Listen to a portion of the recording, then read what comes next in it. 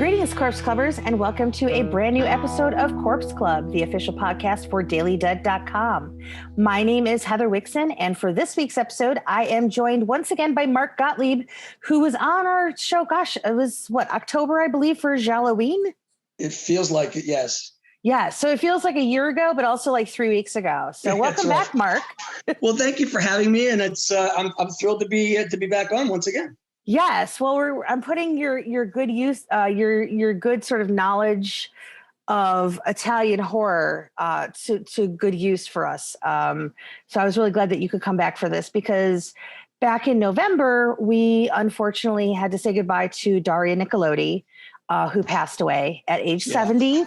And I knew once that news broke, I really wanted to do something that sort of highlighted her in a very special way. So I'm really glad you're able to be here for this. Well, I appreciate you asking me for that. And yeah, we, that was a tough way to have to start your Thanksgiving. Because I remember Thanksgiving morning, you go online, you're going to go on social media and, hey, everybody, here's what I'm thankful for. Happy Thanksgiving. And then the first thing you see is Daria Nicolodi dead at 70. And you're like, oh man, what a horrible way to start Thanksgiving. It really was. And, I think, what's interesting is I think most of us genre fans know her obviously from a lot of her roles. But one of the things I think we talked about is we wanted to also discuss, her contributions as a writer as well. And that to me, I think is a subject that a lot of, like you said, the diehards know her to be a writer, but I think even a lot of the genre fans kind of know her as the writer for on Suspiria. But I think there's a lot of other titles that either they don't know about or haven't heard of, which I think when you mentioned this, I thought that's a great way to kind of talk about those lesser known films that she was involved in. Yeah. And it was interesting because for this episode, I went back, watched a bunch of stuff that I've seen before, and some stuff I've seen a lot, but I still wanted to watch it anyway. And I was able to kind of watch a few things that I'd have never seen before. So that was a really great experience for me to be able to sort of expand sort of my knowledge of Italian cinema even more so. I'm bummed that it took this to do it, but I'm also grateful that it gave me the perfect excuse to sort of dig into some of these films that they've been on my watch list for years, and I just haven't had a chance to get to them because there's always so many other things that I have to watch. So I think I spent this week, I watched 8 different movies to prepare for this.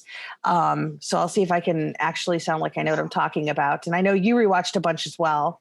I did. I watched a few things, and it's great that, a company like Severin, for example, who has released movies like Paganini Horror and Black Cat or Demon 6 De Profundis, if you prefer, to kind of make those titles more easily accessible now.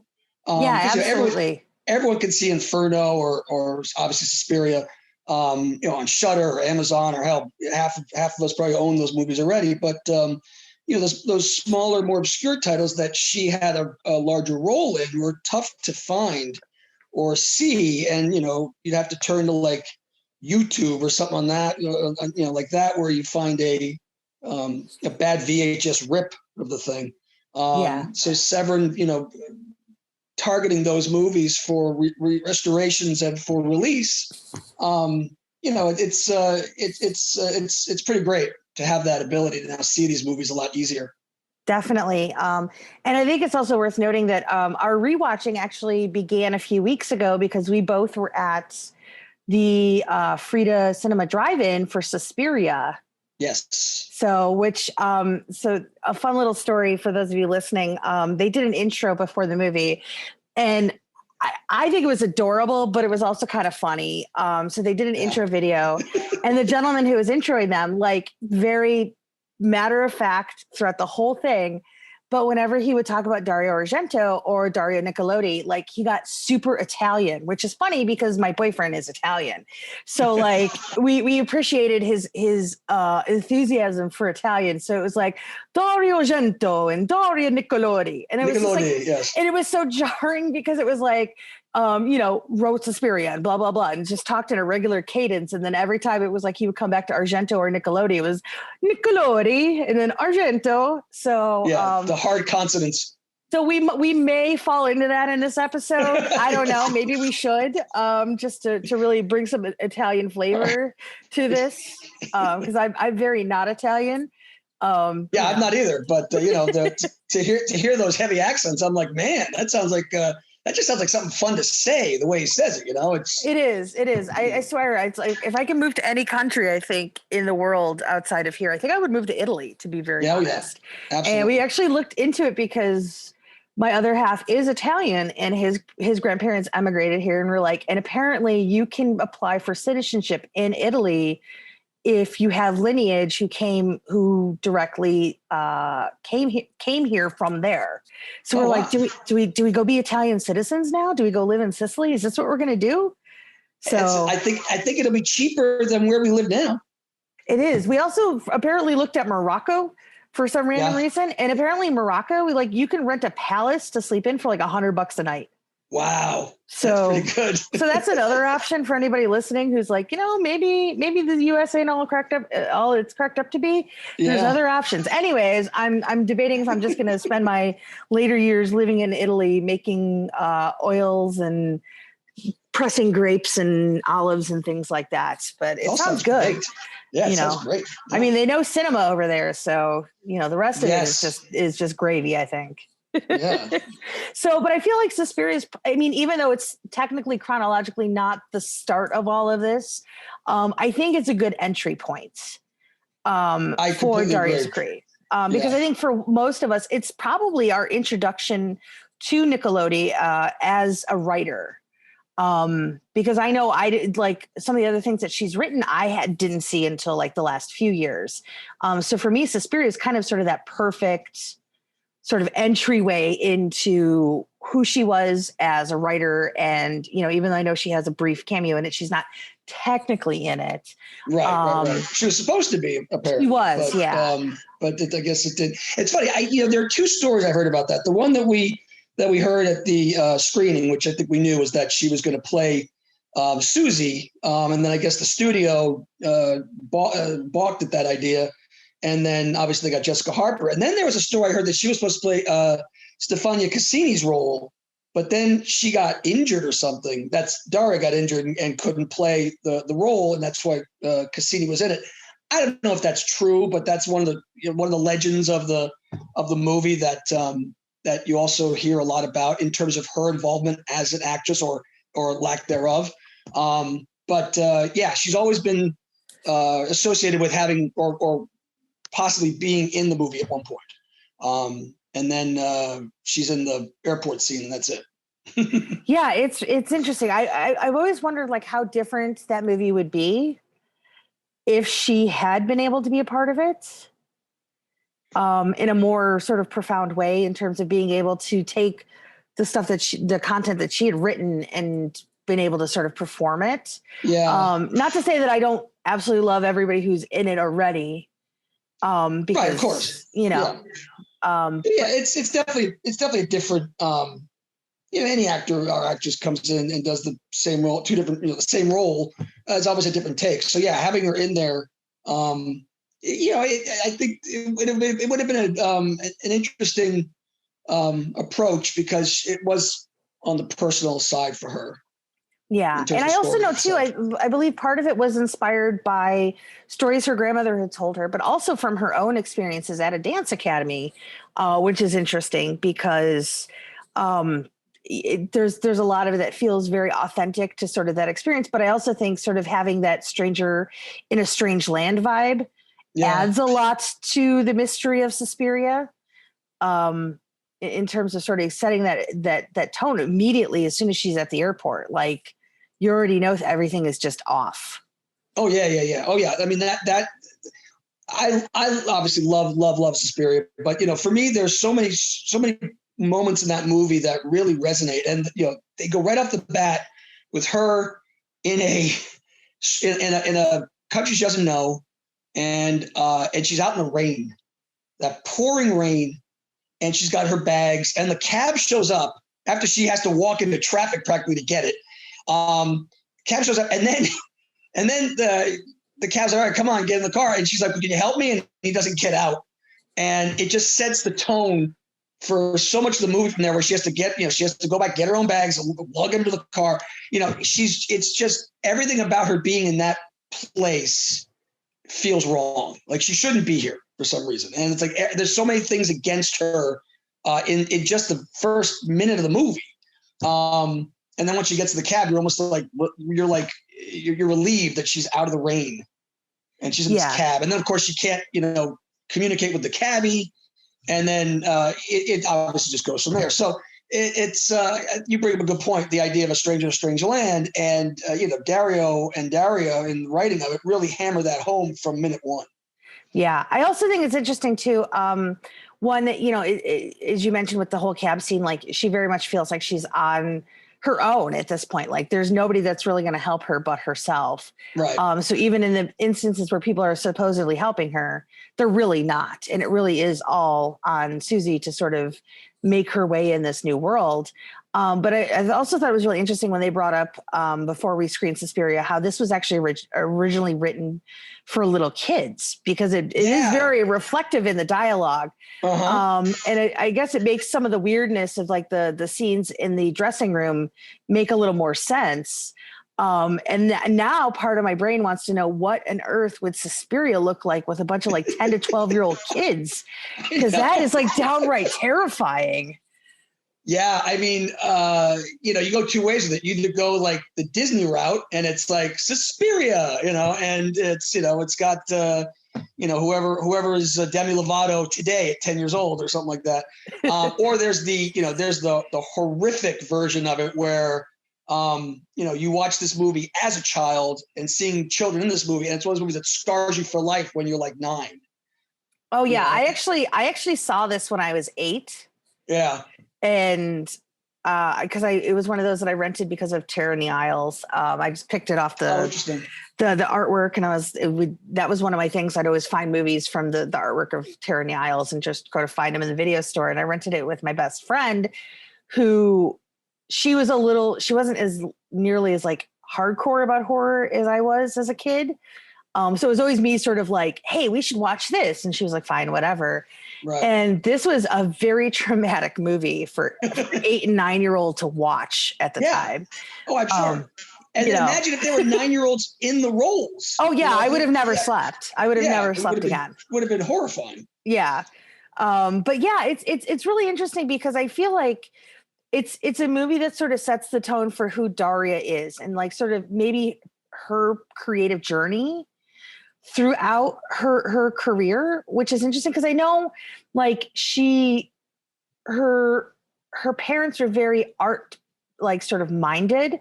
I was watching the special features from Deep Red, and she talked about how the fact that her parents are very much into art, whether it was actual pieces of art, going to live performances and things like that.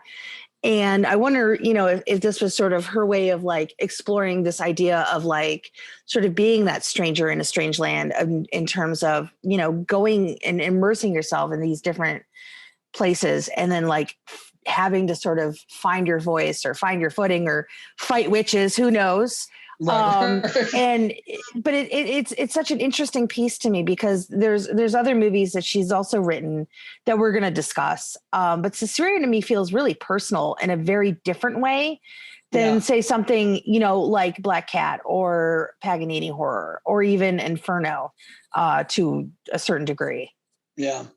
It's funny because you talk about her personal experiences, in Suspiria, Susie, has family that was in the dance world. And I think Miss Blanc talks about, I think it was her aunt or something like that. Yeah. And so she's like, oh yeah, she's a friend and benefactor to artists all over the world, something like that. And whatever that line is. And so, there's definitely, even the small touches to the story where, throwaway lines that don't really come into play so much in the rest of the story are infused with her experience. Yeah, because I know her grandfather was a composer, right? If I'm not mistaken. Yeah, I believe so. Or Yeah, that sounds right. Yeah, I was going through my Yeah, notes, so and I think his name, if my notes are correct, was Alfredo Casella. oh yeah, I think that does sound familiar. So it's interesting that she really grew up around art, Yeah. and then it sort of ended up defining her life in a lot of ways. So it's very interesting. But yeah, I've always loved Suspiria because it just feels like sort of this really intimate story about a woman. And again, when you look at the other movies that she wrote, the other stories are female driven, and yet this feels very different. Yeah, I agree. There is that aspect to it, where it's a very feminine story, and which is what Luca I can't pronounce. Oh my God, Guadagnino. Guadagnino, yeah, where he kind of really, he's always talking about playing up that aspect of it for the remake. So so there's definitely that at play from the start. Even the remake, everything that they were trying to do in that version of the movie, it always centered around that aspect of it, even if they, basically got rid of most everything else in a lot of ways. But so there is a defining nature to that, which I think it endures even beyond the original film, where the new one, it's very telling they pick up on that from the beginning, and made that a central focus of the remake in a lot of ways. Yeah, definitely. And it's, obviously when you're talking about Daria Nicolodi, like, she very much had her own career beyond the stuff that she did with Argento. Yeah. Especially if you look at a lot of the things that she was doing in Italy, and she was a renowned artist and actress, yeah. On the screen, but she was really well known for a lot of the stuff that she was doing on, like, in terms of live theater. And in fact, again, when she was talking about Deep Red, like, after she mentioned how she didn't want to be a star, she just wanted to be a really good actress. And so after Deep Red opened there in Italy, like, it was a huge success because it sort of put Argento back on the map, Right. which would eventually lead to Suspiria. And a lot of the actors sort of benefited from it in terms of getting more roles in film. And she basically decided to go back to theater for a while, which I thought was really interesting because, I mean, based on her role in Deep Red, which I guess we'll just jump into Deep Red because it's one of my favorites of hers. Yeah. I mean, she could have gone and done anything after that. Because that performance, like, I love pretty much everything she's done. I love, but I absolutely love Gianna Brezzi in Deep Red. Yeah, I mean, the thing about Deep Red is, with her at least, I mean, she really she takes that movie over for two reasons. One, because she is just so good at the role, and it's unfortunate for Hemmings that he was playing against her.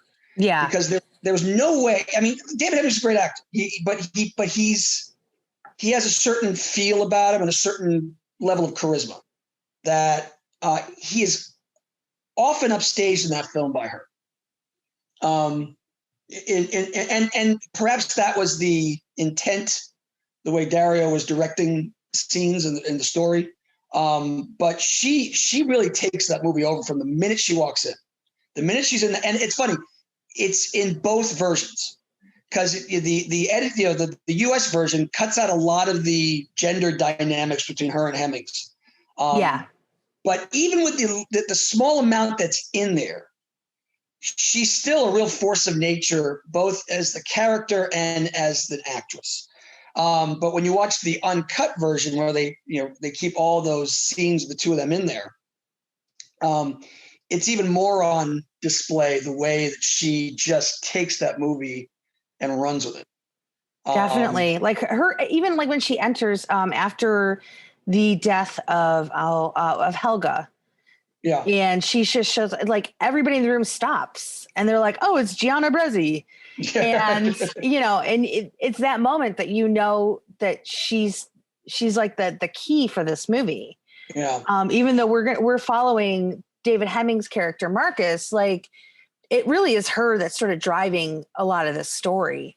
And I love it. Like, I love the dynamic that she has. I love the fact that, again, it's something that she mentions in the interview on the Arrow release for Deep Red about how at the time that they made this movie, like most female characters in Italian cinema were portrayed very feminine, very meek, very almost ethereal and beautiful. And Gianna is the opposite. Like, she's still beautiful, Right. but she's no nonsense. She's very smart. She talks about liberated women. She'll beat your ass in an arm wrestling contest if she has There's to. that, yeah. And she's so good at it. Like, there's just such a confidence to this performance. I mean, there's a confidence to all of her work, right. But there's just something there's just a spark that's in her eye in Deep Red. And it's great because she also brings a sort of level-headed comedic tone to it where, it's tough to do that because if you're going to play the comic role, you're going to fall into the zany, ditzy area very quickly if you're not careful with it. And like a Maxwell Smart kind of thing. Yeah, and she doesn't do that. She still has there's still the funny, quirky, goofy stuff about her. For example, the car. Her car is a constant, I love that car because it's such a the car's great crap. because it's this broken down jalopy. They have to climb in or out through the sunroof or something like that, or the side window.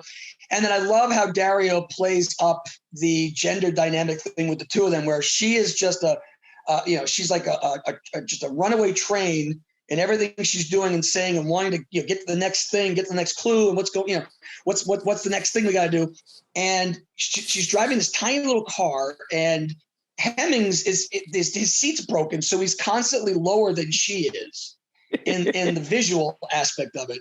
And he's just kind of like, what is this crazy car you're driving around in? And she's like, oh, don't worry about the car. Yeah, it's got problems, but we got other things to deal with.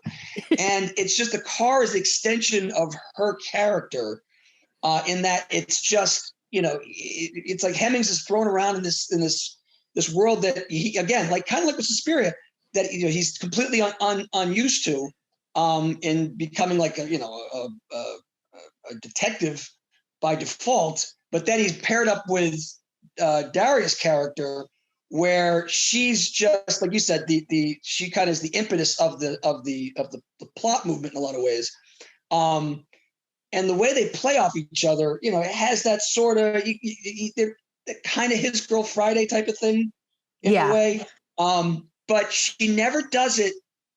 She never plays it ditzy. She never plays it like goofy or bubbleheaded. She's always playing it like she's in charge. Yeah, it's basically her world, and Marcus is just living in it. Or at least trying to figure out, how to get out of it. Yeah, and I think my other favorite gag with the car is the visor that keeps falling down. Oh yeah, it keeps flipping down because that's something that always bothers me when I'm in a car. Is a visor that's down that doesn't need to be, like, that drives me bananas. Right. So like for me, like I would be losing my mind if I was in that car. And it also reminded me of my first car that I had in high school, because I had a hand-me-down 84 Ford Tempo. And his car was awful. It was like tan. The ceiling had separated. So like, it was like a bubble inside my car. Yeah. And like, it was one of these cars that, like, if I pulled up to a red light, I had to keep my foot on the gas and the brake, because if I took my foot off the gas, the car would stall. Yeah. Oh, wow. And it also didn't go in reverse. Oh, really? Yeah. So I learned how to drive really well at a very young age, because I had to really navigate this awful car. And I couldn't tell my mom about it because she would have never let me drive it around. Oh, right. Of course. Yeah. So, because she gave it to me and got a different car. And so like, I couldn't tell her that, like, whenever I parked at a mall, like I had to make sure I parked at a spot that I could pull through. Yeah. And then cause like that was just how it worked. And right, so that's what I was gonna say. Like, how do you park the car? You just had to be really careful. Yeah. Or I had to have friends with me who could help me push it while I was trying to reverse it. Wow. So yeah. And like I worked at a convenience store. So I would just have to pull the car up on the side of the building so I could just pull out. Like it was bad in the winter. And thankfully, like where I lived, we just had like a gravel driveway that connected through, because we rented our house when I was in high school from this church. And so I would just pull through and just drive straight through to the parking lot at the church. So I made it work, but it wasn't easy. But every time I see her car, I was like, oh, I miss my stupid Ford Tempo. Ford Tempo, yeah. Yeah, that's how you really learn how to drive, kids, is you have to just drive a really terrible car when you're young, and you're prepared for everything after that. Yeah, it's a lot of forward thinking, because you have to like plan your day and your trip, but you're also planning it to make sure you can always go forward. Yes.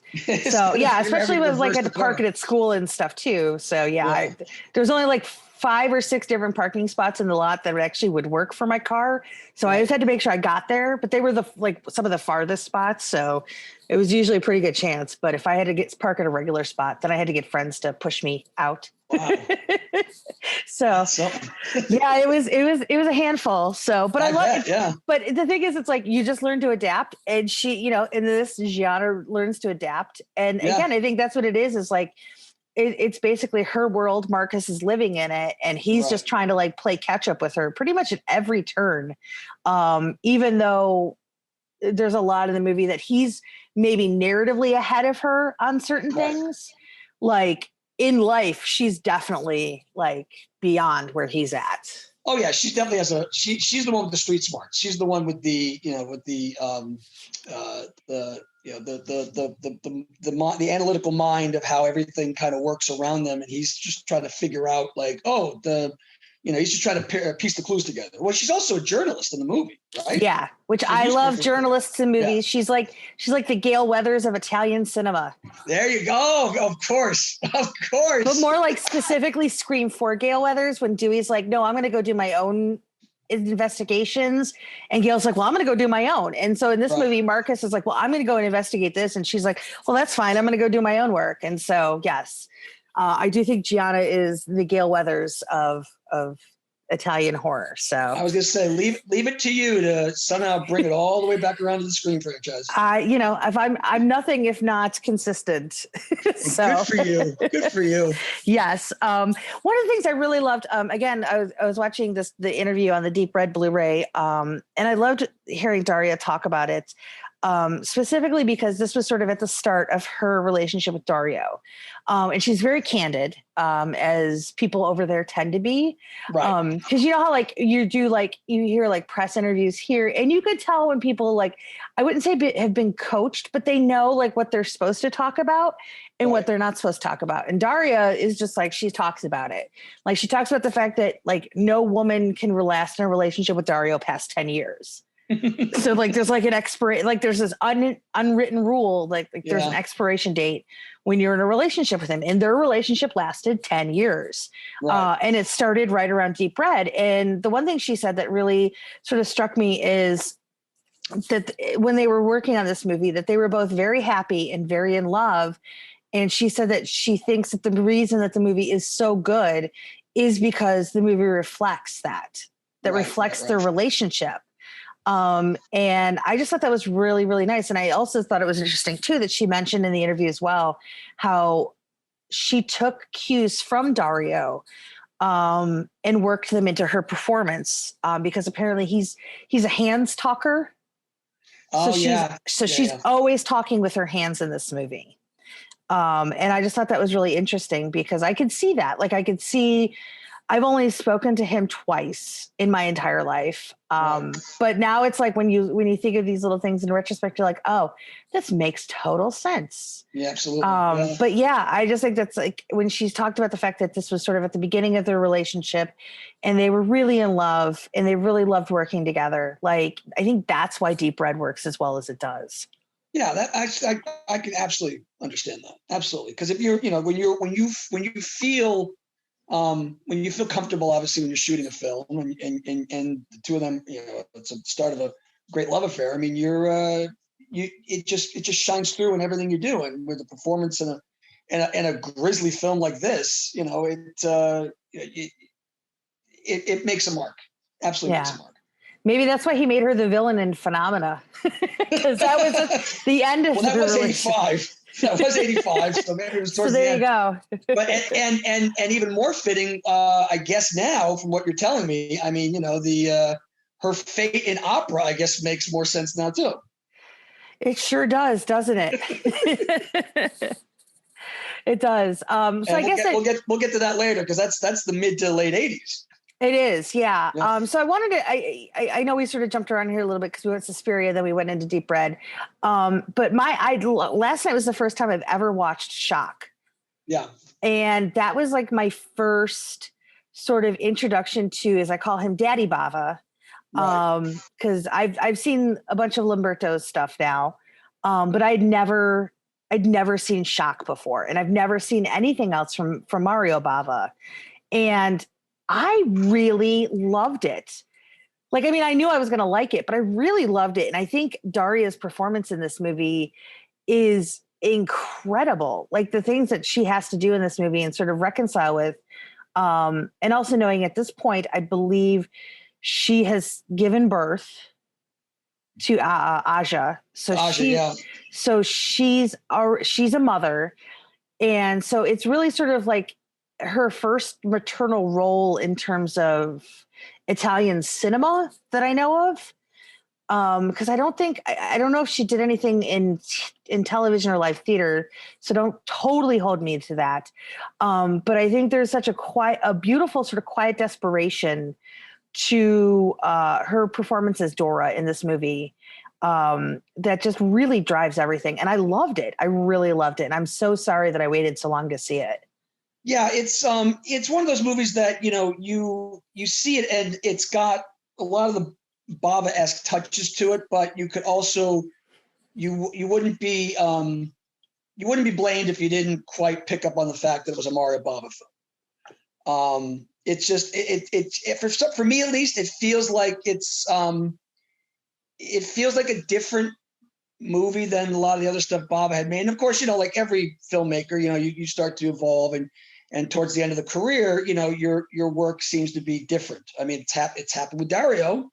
I mean, let's be honest about it. I mean, Dario has had phases, and so the same thing with Bava, at least for me. But yeah, Shock is one of those strange flicks where I think I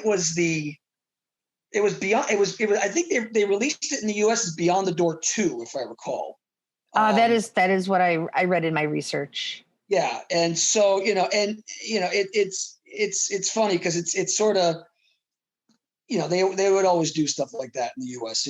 They bring over a movie and then they slap a title that everyone, that everyone recognizes, or vice versa. In another country with something the U.S. has made, but it's got some great moments. I mean, Shock is one of those films that has a couple of terrific, memorable jump scares or just great moments. I mean, there's that great one with the little kid running up the hallway. Hallway. I forget what somebody called that. The Texas. Is it the Texas Twist? Is that what it's called? I don't know. Somebody mentioned it, and I was looking on my Twitter to see if I could find it. And my Twitter's been a little busy the last couple of days. Yeah. So now that I'm best friends with The Rock. That's right. Yeah. So in case anybody's missed that, I am now best friends with The Rock. So yeah, it's I'm looking. I found the thread. Everybody's saying, "Oh my gosh, The Prodigy ripped it off." Well, it's not really a rip off. It's just a tool that people use. Yeah, but I mean, look, it's funny. It's a pretty specific moment. Yeah. And Prodigy, because when I saw it, I didn't see the whole film, but I saw the moment Prodigy. That's I guess you could say from this, and it's pretty. It's almost it's right in the line between homage and theft. Really? Yeah. But I think even Annabelle might have done one of the Annabelle movies might have done it as well. I don't remember. I've seen 2 of those movies and I don't recall, but I remember when it was shown in Prodigy. I was like, oh yeah, that's from. It took me a second to remember what it was. I'm like, oh yeah, that's Shock. Oh yeah, that's from Shock. But yeah, and that's the thing. Lamberto. Mario's son, he obviously had a pretty prolific career himself. And Lamberto's, his movies had a certain tone about them, a certain feel about them. And for me, Shock feels like more like a Lamberto Bava film than a Mario Bava film. Okay. In many ways, but overall, look, I mean, for a final film, it's a pretty You could do a lot flick. worse. Yeah, I mean, it's a pretty solid flick. It's got it got a lot of great, really great moments, like we talked about, and then also just the overall concept of it. It just, it feels like that sort of that weird kind of, constant nightmarish, atmosphere to it. It's a solid flick. It's got a good, it's got a good, it's got a good feel about it that, I wouldn't say it's the first Mario Bava film anybody should see, but, it's a pretty good movie. Yeah, definitely. And what's interesting too is because last year I just caught up with Macabre from Lamberto, which is that movie is the definition of banana pants. But it's interesting. It's a little weird. Oh yeah, and then some, and then it throws on a whole lot of weird on top of the little weird. And then it gets really cringeworthy at times. But it's interesting because like this movie sort of toys around with this concept of incestuous undertones, if you will. Because part of the movie is obviously, her dead husband is inhabiting the body of her son. Right. So now you've got this like little kid watching his mom shower and stealing her underwear, which again, which sounds really terrible, except that's actually tame in comparison to Macabre. Right. Macabre is just like, it's so much more. So if you really, to me, I'm like, wow, as soon as I saw this, I was like, I really want to watch this back to back with Macabre. I think they would make a really great double feature. I agree. If I was programming like a father-son director's night, and somebody already snapped up the Cronenbergs, I would definitely go with Shock and Macabre. Yeah. And then people would have no idea what they had coming once they got to Macabre. It's funny because Shock was co-written by Lamberto, I believe. I think it was him and Dardano. Again, I'm going to tear up all these names. But, Sacchetti or Sacchetti. I don't know how to do the double C's and all that. But I think it's Sacchetti. Sacchetti. That's right, Sacchetti. So Lamberto. So that's why I think again, it being feeling like a Lamberto Bava film for me. He did co-write it with Sacchetti and I think it was just the two of them, or maybe the third writer. I don't remember. But he came up with the story for it. So it's I think that's a good part of why it feels more like Lamberto than Mario for me, even though it has a lot of the visual touches that we've known Mario from for a while. But it's like we talked about earlier. That it's one of the movies I think a lot of people don't know from Daria, even though, funny enough, when El Rey Network, which was on? I have no idea. I watched it a little bit and then it kind of disappeared, like because I used to have AT&T cable, then it disappeared, and now I do Sling, so I don't think it's definitely not on Sling, at least the package I have. So I haven't seen it. I think when I had AT&T like you, I used to watch it all the time because it would have reruns of old shows, but then on Friday nights or Saturday nights, or maybe it was both, they would show a double feature of like kick-ass movies. They'd show Zombie, they'd show Hellraiser, they'd show Suspiria, they would show like all these great horror films, and they would skew towards a lot of Italian stuff, and they showed Shock, and I was like, wow, that's really surprising, because you can occasionally catch Zombie on like Showtime, like 11:30 at night or something, or you catch, obviously Hellraiser plays on Cinemax or something every so often. Yeah. But you're not going to catch Shock on like Showtime or HBO. And again, now the all these cable channels have broadened their horizons because they have content to fill, because they all have their own streaming channels now. But when it was just a cable network, and there would only be like 7 Showtimes instead of 40 of them on your guide now. The content would be a little more limited, and so you wouldn't get something like Shock on cable, and you certainly wouldn't get it on something like El Rey, which was, I think, it wasn't a movie channel. It was, they would show a lot. I think they had wrestling at one point, the Lucha Underground, I think. And then they had, I think during the day they'd have like, reruns of like Renegade or something like that. Yeah. So it was a very eclectic, eclectic programming on Robert Rodriguez's channel. Didn't they used to do like the 100 Ways to Die also or something like that on there? That too, yes. So you get to watch Shock on El Rey at like 7 p.m. on a Friday night. Maybe it was 10 p.m. on the East Coast. I don't know. It was more on the West Coast, so it's earlier. But I was like, this is cool. This is really cool. And so I would watch it every Friday. They'd show City of the Living Dead, at like 2 p.m. for some reason. So it was really great. And yeah, so Shock would be on, and they would show it relatively often. Like it would play on a Friday, and then 3 weeks later, it'd play again. So it got more visibility. And now, I don't think it's aired since. I mean, and I'm not even sure if El Rey Stephen's still on the air, but if it is, I don't know if it's playing anymore. Yeah, I don't think so. Cause I know Lucha Underground ended a few years ago, because most of those talents are pretty much in other companies these days. So yeah, but I think AEW got a lot of them, didn't they? They did. A couple of them went to WWE. As well, and then there's a few that are like on the indie circuits, right, and stuff like that. So yeah, it's interesting, and a couple of them went back down to like AAA in Mexico as well. So because oh goodness, I interviewed him, and I can't believe I'm Vampiro was the creative director for them, and he actually did storylines and stuff. So, and I know he went back down to AAA to like do producing down there, which is pretty cool.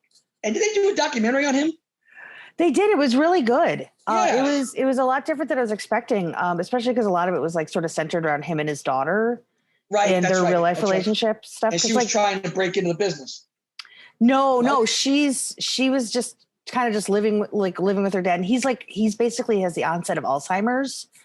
Now. I didn't know that. I didn't see the documentary, but I knew she was a major part of it. But I thought because she was trying to break in. I didn't realize that. Yeah, no, she was at the end of the documentary. I think she was getting ready to like go away to school or something. They'd moved to Nevada. And he was doing okay. But yeah, he's got like sort of the onset of dementia or Alzheimer's or something to that effect. So, but yeah, it was interesting because I didn't really know much about him, or at least about his early career, because he was in like WCW for a lot of that. And I was more WWF at that time. So yeah, it was interesting. He did a stint in ECW for a brief period of time, if I recall correctly. I believe you are correct. Yes. And that's when I saw him, because I was living in the East Coast when ECW was in its prime. So I would go to shows in New York, and then my buddy and I, we were living in Connecticut, and my buddy and I would drive down to Philly, go to ECW Arena. Yes. To go to shows. What's funny is like you're telling me all these same things that like Brian has done, and I'm like, I can't even believe you guys didn't know each other, because he lived in Connecticut, and like they would show ECW on like late night New York TV. Yes. So he would always tape it. Like we literally have a bookcase full of ECW tapes still to this day. Yeah, so it's crazy. I still have a lot of the VHS, and they're all labeled, they're all marked, they're all dated. If something crazy happened, I'd be like, this is the episode where Beulah McGillicuddy did the Una Carana on I forget the guy's name, but anyway, the point is that I was the same thing. Yeah, it was on I forget Channel 9, I think it was, or something like that, or I don't remember. I'm probably boffing that, but yeah, we would drive down to ECW Arena in Philly, and it would be like a 3-hour drive for us, and we'd go down there, and it was just like you've never seen anything like it. It was seeing it on TV doesn't even begin to explain how insane it was live. Yeah, that's so funny. That's so funny. How did I not know him? I don't know. Yeah, because he actually decided to go to school in Philly because of ECW. So. Oh, really? Oh, so if you're listening, kids, awesome. The best reason to pick your school as you become an adult is based on where wrestling promotions are based. Yeah, but this wasn't just any. This was ECW. It was ECF and W. That's right. ECF and W. Which, by the way, I have that T-shirt. He does too. But it was. I mean, because I'd watched so much wrestling when I was a kid. I was WWF like crazy. And then I'd see NWA or AWA, when I could, because I lived in, Connecticut. We didn't get those You occasionally, maybe, you'd see something on TV, but it wasn't airing. But man, when I saw ECW for the first time, my buddy and I had come home from drinking all night. We were hammered. We come home, we turn the TV on, we're just sort of flipping around, waiting to pass out. And we see this and we were like, what the hell is this? And we watch it and we woke up the next morning, hungover like crazy. And we looked at each other like, did we see something last night with pro wrestling? And did this guy get thrown through like 3 tables that like exploded or some shit? And we're like, look at each other like, we both were like, we were drunk, right? We were hammered. And then we find out it's real. And we watched it didn't matter where we were, didn't matter what we were doing. We would leave, go home, and watch this. Because we didn't want to tape, we would tape it anyway, but we didn't want to wait to see it on tape. We would go home because like something amazing is going to happen tonight. And this was like right as they were just about to become bigger. They were like still clawing their way into the landscape. But man, the earlier days before they hit, I mean, you wouldn't believe what the human body could endure, and on a weekly basis for these guys. It was insane. I mean, absolutely insane. And the stuff we saw live. We saw stuff live, and we would always be like second, third row. We would always get front row or second row because we had to be right there. I mean, the stuff we saw happen to people was nuts. And then the crowd would bring weapons. Yes, he used to make stuff too, like with the light tubes and stuff. Yeah. Oh yeah. No, we didn't do. See, that's cool that he did that because we were lazy. We would just grab a bunch of random crap from the house and bring it with us. Like, I had an old answering machine that like we were just going to throw out. And I'm like, no, let me bring that to the ECW arena. And, it got used. The guy took it out of my hand, smashed this other dude over the head with it. The tape went flying. I mean, it was a special time. It was a magical time. We've gotten so off subject. I know. I'm like, everyone's like, what does Daria Nicolodi have to do with ECW? Wait, we'll connect those dots. Yeah. That's right. Anyway. So I guess kind of next sort of in that line of Daria movies was Inferno. Yes. Which is interesting to me because one, it's it's the second film in the Three Mothers trilogy. But two, her character in this film, also feels really interesting to me as well, because it's sort of this woman who's kind of, I don't want to say being manipulated, but she has other like sort of factors in her life that are just kind of keeping her in this place, if that makes sense. Yeah. And you have to wonder if some of that, maybe was reflective of where she was at the time. Maybe I'm just spitballing here. But I know you're a huge Inferno fan. This was my second time watching Inferno. I just watched it for the first time last year for Class of 80. And I liked it. Oh, that's right. Yeah. But I didn't love it. But I think I loved it a lot more the second time. Because I think it's one of those, like, you have to be, because especially if you're looking for the follow-up to Suspiria, maybe you have certain expectations, or maybe that's just me and I'm a terrible person. No, but it's such a different movie, yet it's still very much in line with what gets established in Suspiria. I mean, for me at least, okay, it's funny you mentioned that you saw it for the first time, you said last year? Yeah. Okay, and you were like, you weren't big on it. You were I liked it a lot. Right. And then the second time you liked it more, right?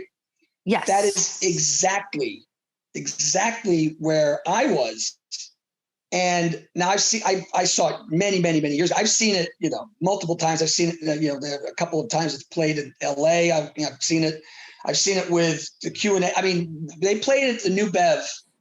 I don't remember the year, but they had Irene Miracle, Keith Emerson was there, and I forget who else. It may have been, I don't remember who the third, or maybe it's been the two of them. But anyway, so I've seen them with Q&As. I've seen the movie a number of times, but it's the exact same thing. You first see it and you're like, okay, yeah, all right. It's a sequel to Suspiria, but you got Suspiria to deal with, right? And you're constantly, at least for me at first, comparing it.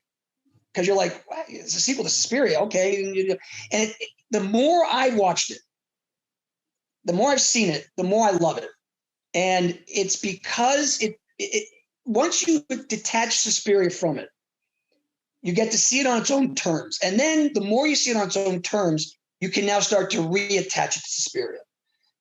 Because there's so much going on in this movie of its own storyline, but it fits in so beautifully with Suspiria that, and it's also when you first see it, it almost makes no sense. It almost feels like there's like 2 or 3 protagonists. It almost becomes 2 or 3 different stories as it's going. Yeah. And it's one of those movies where I always tell people, well, if you don't like Inferno, wait 5 minutes because it's going to change. It's going to become a different movie in some ways, even though it's the same story, but like you're now following a different character. And then what happens to that person sort of plays into what the next person's doing, but it doesn't always. But it's such a, in so many ways, it's like Suspiria amped up to 11, which again, you don't know how that could possibly exist. But then a lot of people, almost mistake it for a giallo in a lot of ways. And there's so many giallo-esque set pieces in it that you kind of feel like it's almost a giallo, but it's not, because there's the arguments whether Suspiria is a giallo. I think the same thing could be said for Suspiria, because I think honestly, like even as a kid, like I just thought it was like a murder mystery, because again, a lot of the times you're seeing people, being murdered by sort of like an unknown entity. They're not being dealt with sort of supernaturally necessarily, like the opening, like pulled through glass and things like that. And like, the guy being murdered. I mean, I guess the dog rips his throat out. So I guess that's something to be said for that. But like, there's always sort of this feeling of like, there's this unknown entity, like a human entity that is stalking and killing people. Right. Which is also something you feel in opera as well, where it feels like sort of the singular entity as opposed to this force of nature, as you will. Yes. Oh yeah, absolutely. So it's like, it's one of those things, because I see it happen all the time on Twitter where like, oh, only plebes think Suspiria is a giallo movie. And I'm like, well, there's a case to be made that a lot of that movie could be defined as a giallo. So like if somebody, I mean, we all know now it's witches. And it's funny because the first time I watched it with Brian, he had no idea that it was about witches. He thought we were watching a giallo. Oh, interesting. Well, yeah. And then as soon as it changes, and he was like, wait, what? We're dealing with witches now? So I think there's a case to be made that like, in a lot of ways, even when they weren't making typical giallo stories, giallo still was very much a part of these stories, even if it was more supernaturally inclined. Right. And I think that Inferno plays that up more so than Suspiria. And with Inferno, it's a very strange, again, the word dream logic or term nightmare logic gets thrown around a lot for these movies, but in this one, it's almost like the definition of it. I mean, you have a movie that opens with a woman going into an underwater room, and then it just gets weirder and wilder and more bizarre from there. And it's a movie that, because when people watch Inferno, and I talk to people who see it for the first time, they scoff. They're like, I don't know what the hell you just made me watch. It made no sense. It was, and a lot of people pull out of it mentally. They they can't get into they can't get into the groove of that movie. And I can't blame them. It's off-putting at first, and you're just kind of like, what? But the more you watch it, the more you see it, and the more you kind of really go with it. And obviously, if you know Suspiria, it makes it a little easier to jump in on that. It totally makes sense. And it's actually a terrific sequel to Suspiria. What's funny and interesting about it in terms of the overall reaction that the movie gets, that in my experience with people who I say, hey, you should watch this movie, is that, the reason it got made in a lot of ways was because Suspiria did so well for Fox. Yeah. And it's and interesting so to me that they co-financed this, because I was like, wow, that's not their usual thing. right. That's not something they usually do, is like go and finance movies overseas. Yeah. And so like, we want a sequel to Suspiria, and Dario's like, he makes Inferno, and then he delivers it to them, and they're like, what the hell is this? And that, I think that kind of comes through in the way it was marketed and released. And it was a tough one to. I can't blame them, because how do you market Inferno? Unfortunately, the movie kind of was, it was already kind of, its failure was almost predestined in a lot of ways, because Fox didn't know what to do with it. I don't think anybody understood the damn thing. But it's such a brilliant follow-up. It's visually, it's amazing. And there's so many great kills in it. And of course, he brings back a lot of the same, not only moments, but like obviously a lot of, the similar actors and actresses who were in the first film, from Alida Valli, who plays Tanner in Suspiria. Yeah. And then right down to the cabbie. I was going to say the taxi driver shows up again too, which is amazing. And it's the same scene. Yeah. She goes into the, it's pouring rain. She goes into the cab.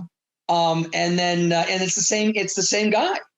Obviously there's, different versions of it, but I mean, it's very similar to the Suspiria sequence. Do you think the cabbie was working for the witches? Good question. I'm a good conspiracy theorist, so I want to say that he was sort of a henchman for the witches. Yeah, he's like, who's the I'm blanking on this name, the mythology. Who's the boat driver? Oh, the River Styx. What's that guy's name? He's in Clash of Titans. He's in Greek mythology. You give him the coin and he takes you across the River Styx. Is it Charon? Charon? Something like that. Yeah. I want to say Calibos, but Calibos was the dude with the devil looking dude who was, I'm thinking Clash of Titans. But it wasn't Calibos. That guy. So, is he like that kind of thing where he's bringing the character to their death? But it's, so there's those obviously those parallels, but the movie plays up the witches angle and so much more and so much harder. I mean, you got Mater Tenebrarum, and her thing with the cats is so great in this movie. And the more you watch it, the more you see these small little things kind of unravel for you and open themselves up to you. I mean, Inferno, it does everything Suspiria does, and does it in different and more elaborate ways. More elaborate, yeah, very good. More elaborate ways. I mean, and then the big payoff at the end is so great, to the point where, and again, I don't want to spoil anything, but the idea that he has 3 or 4 different characters who you think are the protagonist through this movie, until the end where the actual protagonist comes to the end of the movie and the big reveal, and he's kind of like, wait, what? I have no idea what's going on right now. and you're like, oh, perfect. It's so perfect. The fact this character, you watch him through the whole movie, but he has not been to where all the other things have been happening. So when he finally shows up at the end, he's kind of like looking around going, wait, what? And it's almost like the perfect way to be like, you know what? That is exactly, that in a lot of ways, that is exactly the essence of Inferno. Yeah. Where you yourself are going, huh? But it's fascinating to watch. It really is. And if you want to roll with it, you can become entirely engrossed in how compelling it can be. Or you can just be like, you know what, dude, I'm out. This makes no goddamn sense, and I have no idea what's going on. And so, it's up to you. Whichever way you want to go is fine. But Daria's character is absolutely shines in a cast of a lot of interesting characters and actors and actresses playing those roles. Oh yeah, especially because like you're living in this apartment building where like every new person you meet in there like has this whole story that you could take pretty much any of these characters from this movie and make a separate movie around them, and it would be just as interesting. Absolutely. Yeah, it bums me out that I know that she wrote basically the concepts of Inferno. And then Argento went and took the notes that she'd had and then turned them into the screenplay. And then she basically didn't get any credit on that. Yeah. And then she said because of the fighting that she had to do for Suspiria, just kind of wore her down. I think that like I don't remember if it was in the Deep Red thing. I watched like another quick little interview that I found on YouTube. I don't remember where I heard it.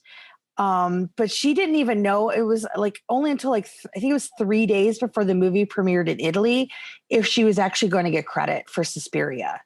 Oh, really? Yes. And I think just because she had fought so hard for that, she's like, I think she just came to the point where she's like, I know what I've done. I'm not even going to fight it, and I'll just let the work speak for itself. Right. But I think there is a very feminine touch to Inferno that I think only Daria could have brought to the table. Yeah. But it's a shame that she basically just kind of gave up even trying to get credit on it because she deserved it. And it really makes you wonder about like, you're a screenwriter, having other people sort of take credit for your work kind of sucks. Oh, absolutely. Absolutely. Or just not getting the credit that you feel like you deserve because of the work you did. Yeah. Especially for her, because, those gender politics have always been an issue in this industry and many others, obviously. But, where this is concerned, I think she was up against the misogyny of Italian, society, really. There's that, obviously, absolutely. I mean, that first and foremost. But then, you have the idea that you're dealing with a guy with Dario, the name, Dario, the filmmaker, and the name above the title. Yeah. And you're dealing with Dario, and you're selling the movie on his name, especially international. And so, it's going to be even tougher to kind of try to will your way in there. She was up against, extremely large obstacles to getting that. And, it's unfortunate that was her thought process, but, I can't blame her for it. Yeah, it's such a bummer. But again, it was one of the things I was in the interview from Deep Red. She basically mentioned like Dario was not very good at sharing credit ever. Yeah. Like ever. Because she basically said, he was a narcissist or he is a narcissist. Yeah. So if Dario was going to take credit for something, it's only Dario that's going to get credit for it. Right. Which again is sort of a bummer. Because, especially for how progressive a lot of his movies are, you would really hope that maybe he would believe in some of those ideals, but apparently maybe not so much when it came to his actual art, which is kind of a bummer. But, look, at the end of the day, it was her, it was basically her like fight to have, not ours. Right. So if she wasn't willing to have it, like all we can do is just praise her in the interim and, but shame on you, Dario. Well, yeah. And look, he's not the first and won't be the last, obviously, but look, it's, recognizing her contributions, especially in a movie like this, is important. Yeah, definitely. And, it's something that she was going to go up against, more than once as she went on. But, the good news is that she does get some recognition and credit in her later efforts as a writer. But with Inferno, she has a small role, but it's an important one. And she does a great job with it. Even though it's funny, I was watching it again last night and I noticed she keeps saying, I'm scared a lot. Yeah. I'm scared. But it's funny because, her character is a very strong willed person. But the idea that she's constantly telling Lee McCloskey, "Oh, I'm scared. Oh, I'm so scared." She's very skittish. And then obviously, without giving anything away, there's a whole other thing going on with her character and these thieves that are trying to take her things. And they're kind of playing up the spookiness of the situation in the building to kind of pull one over on her. And then she has a great death. Not to give anything away. Yeah. Well, chances are, if you're in an Italian horror movie, it was 90% of people die. So it's 1980, for God's sakes. You should have seen it by now. But she does have a great death. Yeah, she really does. And look, I'd be willing to bet that she had some involvement in how she would go out. I mean, I'm just speculating. Obviously, I have no actual fact on whether that happened or not. But she had look, based on Suspiria and her involvement in Inferno, she had a flair for the theatrical. So, I wouldn't be surprised at all if she had some sort of involvement in how her character was dispatched in this movie. Yeah, definitely. Which sort of brings us to the next film where she doesn't die. Yay! Yeah, that's right. And has one of the most memorable moments in what I would argue Italian horror film history. Interesting. I'm curious as to what part that would be. Is it the ending, you mean? The very ending. Okay, yes. The last shot of this film is for me, is peak Daria Nicolodi. Because that movie, and we're about to introduce it in a second, but this movie has 2 or 3 moments in it that are inherently this film, that you could see this at a still and be like, oh, that's Tenebrae. Yeah, that's Tenebrae. Oh, I love Tenebrae. It's my second favorite role of Daria's, sort of out of this, the Argento oeuvre, if you will. I'll throw on some big words so I sound like I know what I'm talking about here. Very fancy. Very fancy. Thank you. But it's interesting because Tenebrae was another one I just sort of rented on a whim when I was younger, and I absolutely loved it. And then it was like a movie that kind of just faded away from me a little bit because I was just really sort of most of the movies at the video store that I had in high school, they just were mostly American horror and stuff like that. And then I was also in this phase of where me and my friends would try to shock each other. So we'd rent Faces of Death and crap like that. Yeah. I think every one of us goes through that phase, I think, as we're growing up. And so it's interesting. I mentioned this in the piece I actually wrote about Tenebrae last year. So for Gialloween, and it was I had sort of tucked it away in my head. And I remember standing it was Coachella 2008. And Coachella, we're going to Coachella? I did. Well, I came out from Chicago. I'm saying in this story, we're going to Coachella. We are. Oh, wow. We're going to go to Coachella now. It was I was in the midst of I was getting sort of I basically told my ex we're done, and so I was I'm going to Coachella with some friends. Nice. Yeah, so that was I was I don't care that we can't pay our bills, I'm going to Coachella. And then he proceeded to cancel my credit card while I was there, and then we got left out of our hotel room. Oh yeah, that was a fun night when we got back from the night one. And we went to go get our room, and the key wouldn't work. And we're like, what is going on? And out of spite, he canceled my credit card for fraud while I was traveling. And I was I had no other cards with me or anything. And I was I don't know what to do. And it's 3 a.m. We're all exhausted. So thankfully a friend of mine was oh, just put it on my card. And so we were able to get back in our room and stuff, but I was so livid. Oh my God. So anyway, obviously I made the right decision there, but I remember apparently, it was either night 2 or night 3. And I was with my friend John, and we went and saw Justice, and I didn't know much about Justice. I just knew they were a French electronic group. That was pretty much all I knew. And then they hit the song from Tenebrae. And it was I almost literally had this out of body experience where I'm standing in this tent with thousands of people hearing the song. And then I was seeing Tenebrae in my, in my scope of vision. Yeah. And it was the weirdest feeling ever. And I was holy shit, this is from that movie.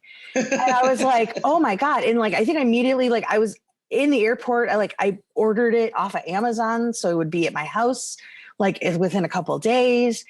And I was like, it was just one of these things. I was like, oh my God, this movie. And I was so glad it was like, I had that moment because revisiting it, I was like, Jesus, this movie is amazing. Yeah. And I think we both talked about the Steelbook release that it got a few years ago. Man, Synapse did such an amazing job with that package. They really did. I mean, hats off to all of these guys, Arrow, Synapse, Vinegar Syndrome, all of these, Severin, all these companies that are doing the Dark Lord's work with all these releases. But I will tell you, like, I love my Suspiria Steelbook, but we've probably used our Tenebrae Steelbook way more. It's, I mean, the Suspiria pack that Steelbook, that 4K restore is it's breathtaking. It's art. Yeah, it's the definitive version. But the job they did on Tenebrae, and I almost wish they could actually do a real 4K with it now and re-release it, because I would buy it day one. But even just the Blu-ray that exists now, I mean, I've probably seen Tenebrae the most. I would have to say it's probably my favorite Argento film. I love Tenebrae. Any given day, it goes back and forth with me between Suspiria and Tenebrae. I'm so basic, but it's true. Absolutely. Because Suspiria is my first, so that's always going to be like the one. Right. Of course, absolutely. But Tenebrae, like you could ask me on a Monday and I'll say Suspiria, and Tuesday it might be Tenebrae. It goes back and forth. But for me, it really is like my second favorite role from Daria in sort of this scope of movies, because Anne is she's such a lovely character, and she just has so much that she has to deal with in this movie. And she's so good at it. And I like the fact that, like, even though she's like Peter Neal's assistant, so therefore she's in sort of this subservient role, she doesn't kowtow to him, and she doesn't sort of take his crap either. Like she makes fun of him. Like when she's like, I bet you're going to you're going to talk about how hard your pillows are. And then like 10 seconds later, he's like, oh, my pillows were too hard. Right. She's like, I'll take care of that. Which to me, as somebody who's been an assistant a lot in her life, I'm like, oh, I get it. I get that moment so much. But it's such a really fantastic role for her. And I love the fact that, like, she's so active in it. She's not a passive character whatsoever, even though she's not really driving the narrative here like she is in Deep Red. Yeah. And it's funny. I love their, like you said, their banter and the way they kind of know each other. But, we know these two characters have a past history. We know that they've known each other for years. I mean, even when they have their romantic moment, they talk about, like, look, we shouldn't be doing this, and we're not going to talk about it tomorrow. And so here's my question about that really quick. Do you think they really do have sex? Because I know, like, if you look up like the description and stuff, it says they have sex, but yet the next morning she wakes up and she's still on the couch in her full PJs. Right. I mean, I assumed they do. I assume as well, but I also, if somebody said to me and made the case that they didn't, I don't think I would argue with them. No, yeah. It keeps it. It's funny, you bring up a very good point, because it does keep it sort of ambiguous. And I think it works for her character. Yeah. Because it's still, you almost feel like there's an innocence about her. Yeah. And that she's worked for this guy or maybe she's the Rome contact. She's the assistant when he comes to Rome, which I imagine he does often, because he's a writer and has international claim, obviously, because he knows the other woman from the TV show. Again, I'm blanking on her character's name, but so the point is they have a past history. They know one another, and so that relationship between them is so great. It's so fun and so whimsical in a lot of ways. And then, the fact that, okay, maybe they slept together, maybe they didn't, but we don't go into it because it kind of would, at least for me, as looking at it as a story being told, it starts to create a different dynamic for their relationship throughout the movie. Maybe it raises some stakes as to whether or not he should be investigating himself in the murders. And then do they bring her in? So now again, there's the other side of it that maybe it's a little too callous, that maybe it's just a meaningless fling in between them, perhaps. But I don't know if that's a cultural thing. Maybe that's normal in the culture at that time for those characters. Yeah, I don't know. The point is that I like the fact that that's where they go with it. That she's in her pajamas on the couch in the living room. So you're not quite sure what really happened. But you know what? There's too much other stuff going on, too many other great murders, too many other great camera angles that you kind of forget about it. You kind of keep going with the story.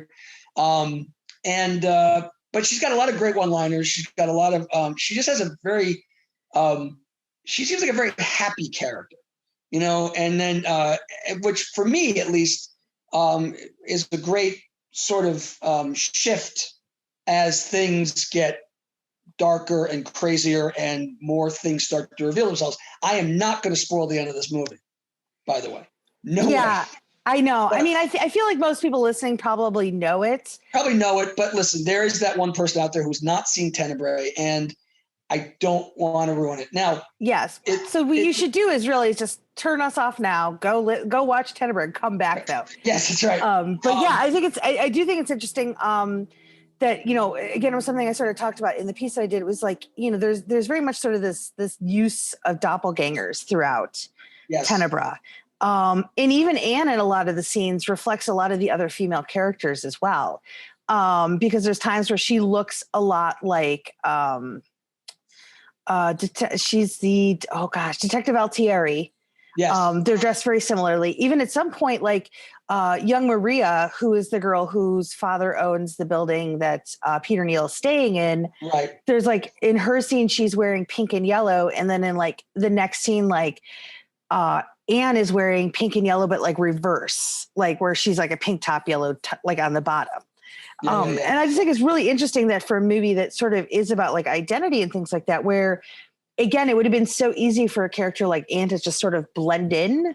Yeah. That because of Daria and who she is, like she doesn't blend in at all. But yeah, I do agree that her final shot in this movie is just fantastic. It's right up there with this movie is full with like just amazing, brilliant shots, like to begin with. I was like trying to figure out the one other one. I was like, there isn't one other one. There's like 5 other ones.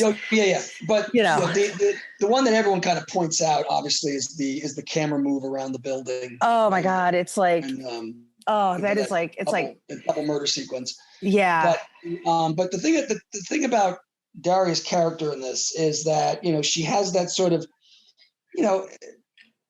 innocent sensibility about her. She has the, she's the loyal, diligent employee. But she has a past history. She knows about Peter Neal. She knows about his personal life. When Jane? Thank you. I know where you're going. Yeah. When Jane shows up, there's that whole like, oh, is that Jane? And then she becomes, and Daria's character becomes more involved because things are getting a little more mysterious, and she's wondering, well, wait, but what is Jane doing here? And why is she in town? So there's the idea that maybe she's involved in what's happening in the story. And then, of course, we find out there's something else happening with Jane and another character that is close to Peter Neal. The whole movie has so many great reveals and so many great twists. But you start to fear for Anne's life as the movie goes on, and the further it gets to the end, you almost feel like something is going to happen to her that maybe shouldn't happen to her. But because of her character, who she is, and how deeper she's getting pulled into this because of Peter Neal, you start to fear for her life. Yeah, absolutely. And it's interesting because it's in a movie that's not filled with, I mean, I guess I shouldn't say unsympathetic characters, but characters, I mean, we go to horror movies because we know characters are going to die. And we know that. That's like sort of the point of it, unless you're watching like April Fool's Day. I love that movie. But so it's interesting to me that like she's like the one character where like you want to protect her at all costs whenever you can, because she is so pure and she is so devoted, and she's so, she's so in the middle of everything where you're just waiting. I guess I'll use a fun phrase, since we're talking about Tenebrae, you're waiting for the shoe to drop, if you will, which ties in, for those of you who haven't seen it, there's some interesting things revolving around red shoes in this movie. Red shoes, yeah.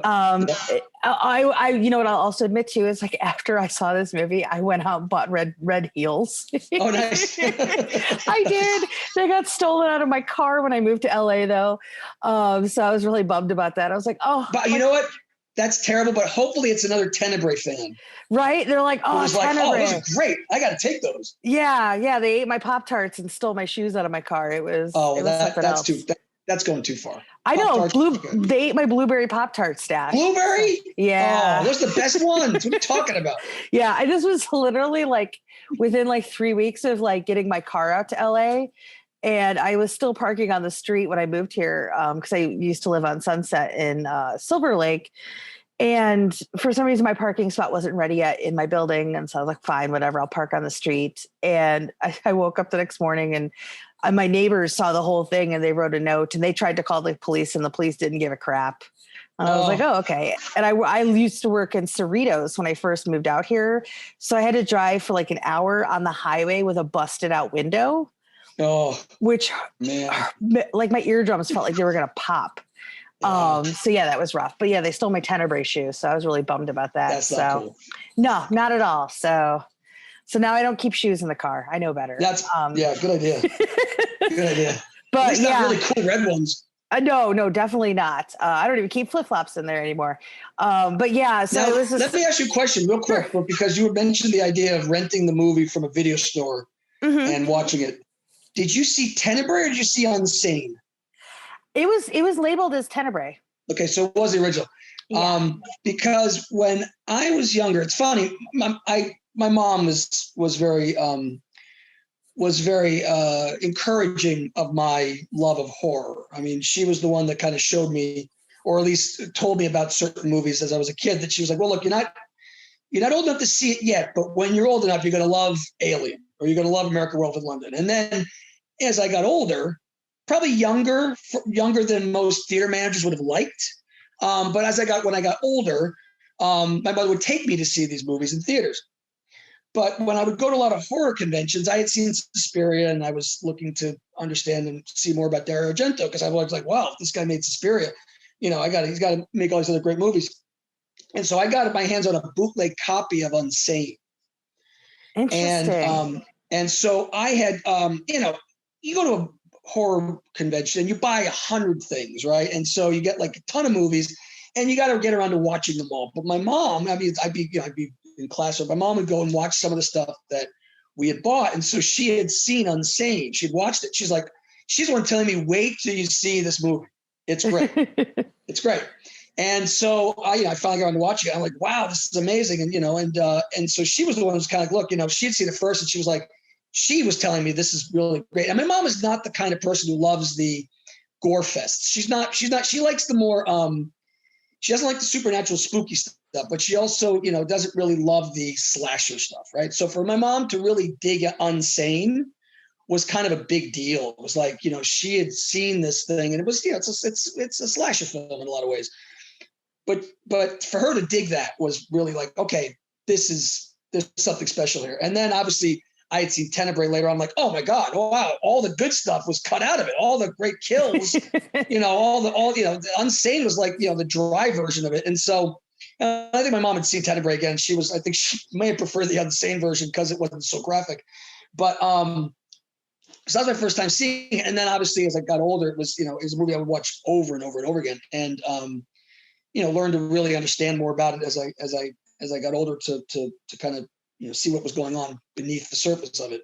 And it's just one of these movies that for me is stuck with me as just a great horror flick. But it's not just a horror film either. I mean, obviously, the movie is known for being Dario's kind of response to what the criticisms of his work were at the time. And then, of course, there was the idea that, that he had gone through a similar event where someone was crank calling him or was sending him weird notes about. I think I'd heard that they were sending him weird notes. Yeah, something like that. That's what it was. And so there's a lot going on with this film, and it's so tightly woven, and everything about it works so well. And, obviously it has a lot of the great touches that Dario has in terms of visual style, camera moves, and all those other things. But just as a story, as it unfolds, it just keeps you guessing. And obviously the big reveal is when I first saw that when I was a kid, I was like, oh my God, wow. I didn't see that coming at all. And then, when you get used to it and the movie as well as you do when you're seeing a movie over and over and over and over again, it still works. It's still effective, and it still just hits you like, wow, the way he pulls this off is just masterful. By the way, I'm going to bring it all back to Scream again, because I think when I saw Tenebrae, it was like maybe 2 years before Scream came out. So to me, I can't even believe that I didn't put together where Scream was heading. Right. Now I'm like, oh, duh. Okay. That makes sense. Right. And, so there's a lot of times where like, I'll be watching like Tenebrae and I'll be like, I kind of want to watch Scream. And I've always wondered like, why? And I'm like, I think it's because of how things sort of reveal themselves throughout both films. But yeah, I think there's a case to be made that's in a lot of ways, Scream was sort of Wes Craven's like American Giallo. Yeah, in a lot of ways, absolutely. Oh, yeah. Absolutely. Don't steal that article idea, anybody who's listening, because eventually I'm going to get around to writing it. So, if I see any of you posting it, I'm coming after you. That's right. I also have a really after you. Yeah, I also have another interesting one that kind of came up as I was watching these, but I'll discuss that with you offline because I don't want to give away all the golden nuggets here tonight. So, right. So we're going from the tightly wound, sort of directed with like precision, Tenebrae to Phenomena, which I love. Yes. But let's just, it's a little more offbeat than Tenebrae is. Because you've got crazy bugs and, razor blade wielding monkeys and Donald Pleasance being sort of an entomologist. And all the great things every film needs. I mean, well, yeah, any movie that has Donald Pleasance immediately is already fantastic. And any movie that's got a razor wielding chimp is already like at least a 3 stars for me. That's gold. Are you kidding? Gold. Yes, I love Inga. Inga is like my favorite. Like I love Phenomena, and I love its goofiness, and I love the director's cut. Like I know there's people who sort of prefer the shorter cut of it, the Creepers cut, which is fine. To me, it's a much different movie. For me, you know what? It absolutely is. Absolutely it is. And for me, when it comes to like Italian cinema, like I am of the opinion the more is better. I don't think that works in every case, but with Phenomena, I want everything I can possibly get from this weird little world because I love it. Yeah. I love all of it. It's such it's funny because I remember when Creepers, Creepers was the thing, and it was like come out, and it was like the crazy poster, and this girl and there's 2 different versions of the poster. The one that just Connolly's face, and there's one where she's holding the bugs, right? She's holding the bugs in both, but in one poster it's her face. The other poster, half of her face is a skull. Like eaten away with like some of the hair on there. And depending upon was the newspaper or whatever, you would see the you could get away with posting the certain poster in certain areas, in certain markets, but it's a strange film from the get-go. And then the Creepers version, which I think is like 89 minutes. It is. And that's the first time that's the version I saw originally. I think it's the version. Yeah. A lot of us had seen it first. The version I saw first was Creepers. And then I didn't even know until I guess, I was a little older that, there was the longer cut.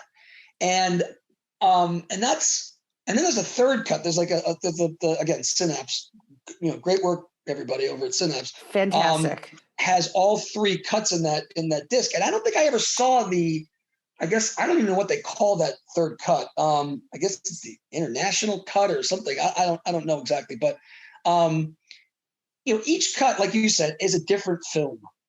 It all depends on the movie you want to watch at that time.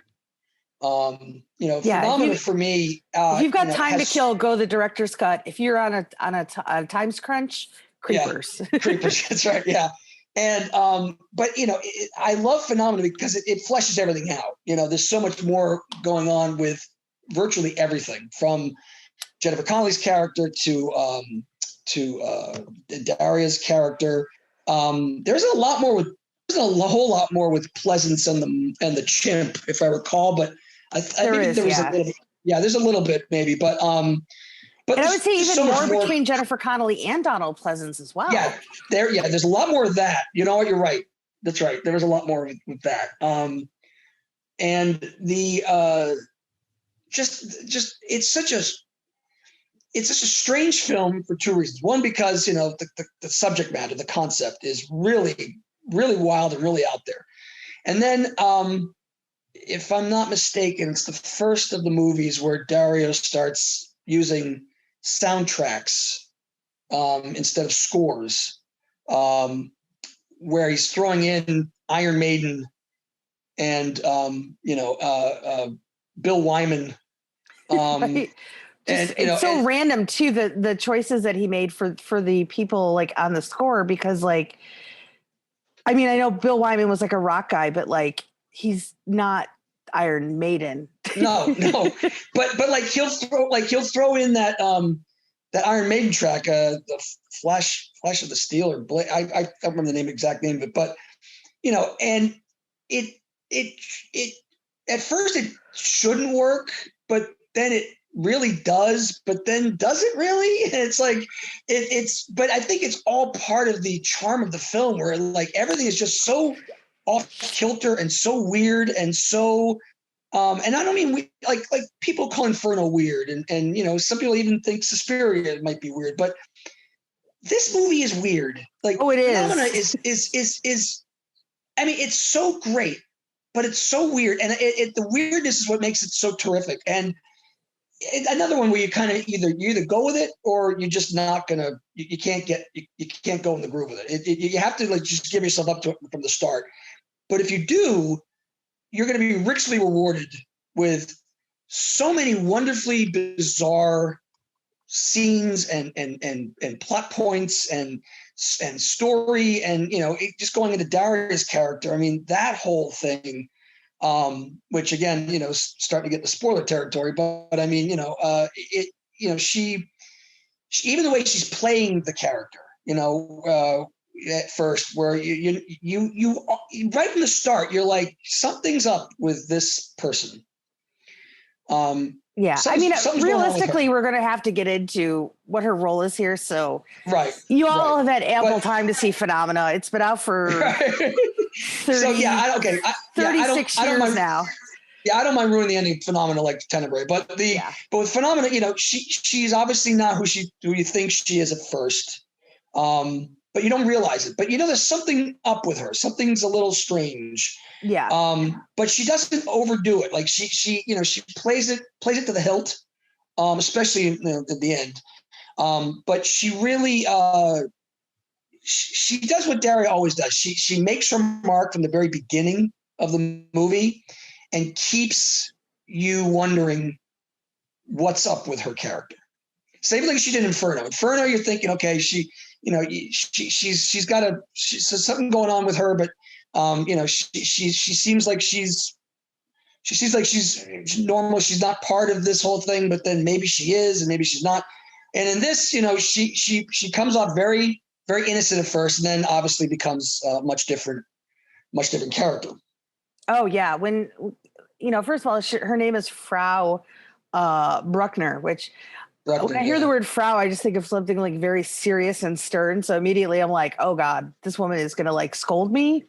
Like this woman means business. And I love the fact that like towards the end of the movie, when Jennifer Connelly's character of Jennifer Corvino, who they say her name like 100 times in this movie too, which I love, because every time they say Corvino in this movie, I just think of Paul Sorvino.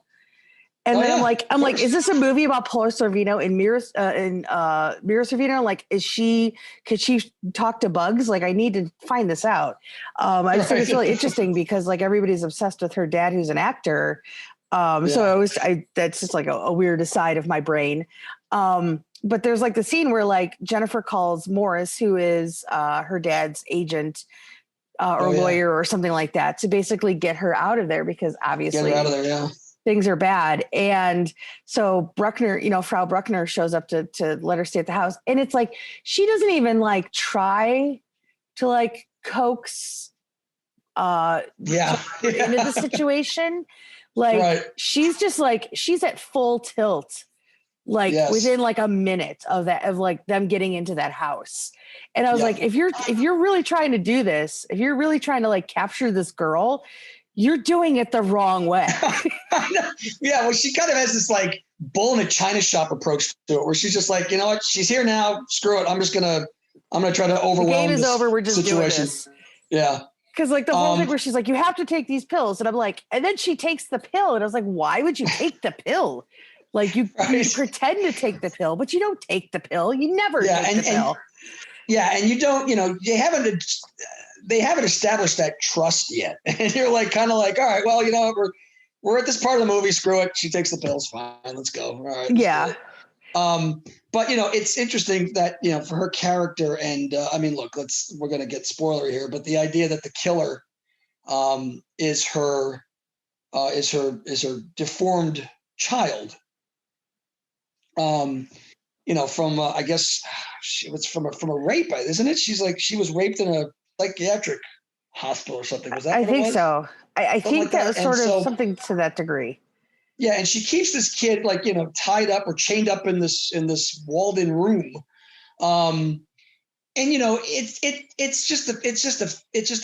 it fits perfectly with the whole story. The idea that she can communicate with bugs, and you got Donald Pleasance, who who's like kind of informs all of her clues because he studies these bugs, and that there's a special kind of fly that is bred from this maggot, and of course the whole movie is just covered maggots in the second half. And then you got a chimp running around with a razor blade. I mean, everything about Phenomena is you have so many questions, but then the answers you get are so much better than you could have possibly imagined. Exactly. In almost every way. And I love that Jennifer Connelly's character, she's in this boarding school in this other, in this again, girl in a strange country. Yeah. Much like Suspiria. And then she's kind of, she's also the daughter of a, famous actor. And by the way, I love the moment where she's paired up with her roommate in the dorm, and the roommate is talking about how she has like sexual fantasies about Jennifer Connelly's dad because he's like this heartthrob actor. Right. And this is just, there's so many awkward moments. Again, much like Suspiria, you have this young girl who comes to a foreign country, is thrown all these strange situations. And, I guess they're younger in Phenomena than they are in Suspiria. They are, yeah. Because they're still like high school age. Yeah. So it's funny you mentioned how, what Suspiria would look like with that dynamic. We kind of could just look at Phenomena in some ways to kind of assume that, because there's a lot of parallels to Suspiria in Phenomena, at least in the boarding school stuff. But obviously then the, when the true plot is revealed, it's obviously, there's differences to it, but the idea that it's a deformed child going around killing everybody. That's not entirely true. The child is killing. He killed the girl at the beginning, if I'm not mistaken. But she, Daria, is the one going around killing everybody. Everybody. Yeah. Which is interesting because it brings up the fact that this is also, I would call, another sort of giallo hybrid, because you have sort of the gloved killer of an unknown identity going around killing people. But I'd also sort of say, like, in some ways, I feel like it borrows a little bit from Friday the 13th. Oh yes, absolutely. Like, which is interesting to me because even like the scene towards the end, I mean, it's not really a spoiler because people die in these things, but like there's a point where like, you know, Jennifer Corvino like is escaping from the lake, you know, because there's a lake involved. So yes, very Friday the 13th. Right. And Morris shows up and like he gets decapitated in like the most surprising way. Yes. And it's just such a great callback to the original Friday the 13th. Yeah. With Pamela Voorhees, where you're like, you know, you're watching her and Alice throw down and you're like, oh, okay, like how is this going to go? And you're like, oh, she's going to cut this lady's head off. Right. And so there's a lot of moments in this, like towards the end where he definitely sort of ventures into Friday the 13th territory. Yeah. And I mean, I'm not saying anything, but you know, I feel like maybe Argento might have owed Sean Cunningham a check. Well, you know, a little bit for that last 20 minutes. Yeah, but you know, Cunningham owes Bava a check. Yeah, well, Cunningham apparently owes a lot of people a check or something to that degree. So we'll call it even, I suppose, on this one. I guess so. Yes, but yeah, phenomena. And look, you know, a lot of people, like you said, a lot of people kind of, you know, some people prefer creepers. Some people kind of, you know, crap on it because it kind of takes out all of the juicy bits. And kind of, you know, lessens the character development as well. But, you know, Creepers in its own right is, you know, it's a pretty cool flick for, I think it was New Line that released it, I think. Wasn't it? New Line took it out in the U.S.? Oh, gosh, I'm trying to remember. Pretty sure it's New Line took it out. And so, you know, you didn't get a lot of Argento stuff getting released, you know, in the mainstream theaters. I mean, Suspiria got a release obviously in 1977. Inferno got a very small release because, you know, getting nothing to do with it. Unsane, I don't even think that, I mean, maybe I'm wrong, but I don't even remember that getting a theatrical release. And if it did, it was probably very small. I remember Creepers did get a pretty good, you know, for the time. I mean, it was a decent release. I remember playing in, you know, a few theaters back then. You know, you'd see the ads for it in the newspapers, you know, and you know, it was seeing an Argento movie that, you know, getting a release in, you know, in US theaters. You know, you didn't see that very often. I mean, I remember when Opera came out, you know, that one was also, I don't think that got much of any theater. I think that went straight to video. So, you know, it was cool to see that Creepers could get that distribution. And, you know, again, I'm not surprised that they hacked it up. They did that to all the Italian films that came over. I mean, you know, City of the Living Dead became Gates of Hell, House by the Cemetery. You know, the Fulci stuff really got hacked up. And even still would still get the no one under 17 admitted thing. So, you know, but you know, for all that, Creepers, I think it was pretty cool that it actually got released in, you know, in US theaters that you could see it. Yeah, I'm curious because I know Connolly did this like around the same time that she did. It was like Once Upon a Time in America. So I'm wondering if that might have been part of it. Oh, you know, that's a good point. Oh, wait, when was Labyrinth? Labyrinth was the year after.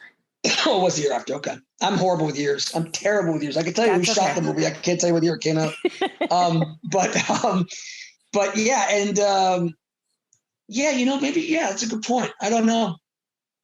Yeah, it's interesting when you think of like, you know, certain reasons. Cause like a lot of times when I see a movie and I'm like, oh, I understand like why maybe that went straight to VOD versus theatrical these days, because there's such, you know, especially these days when you release a movie, there's such a cost involved for distributors and things like that.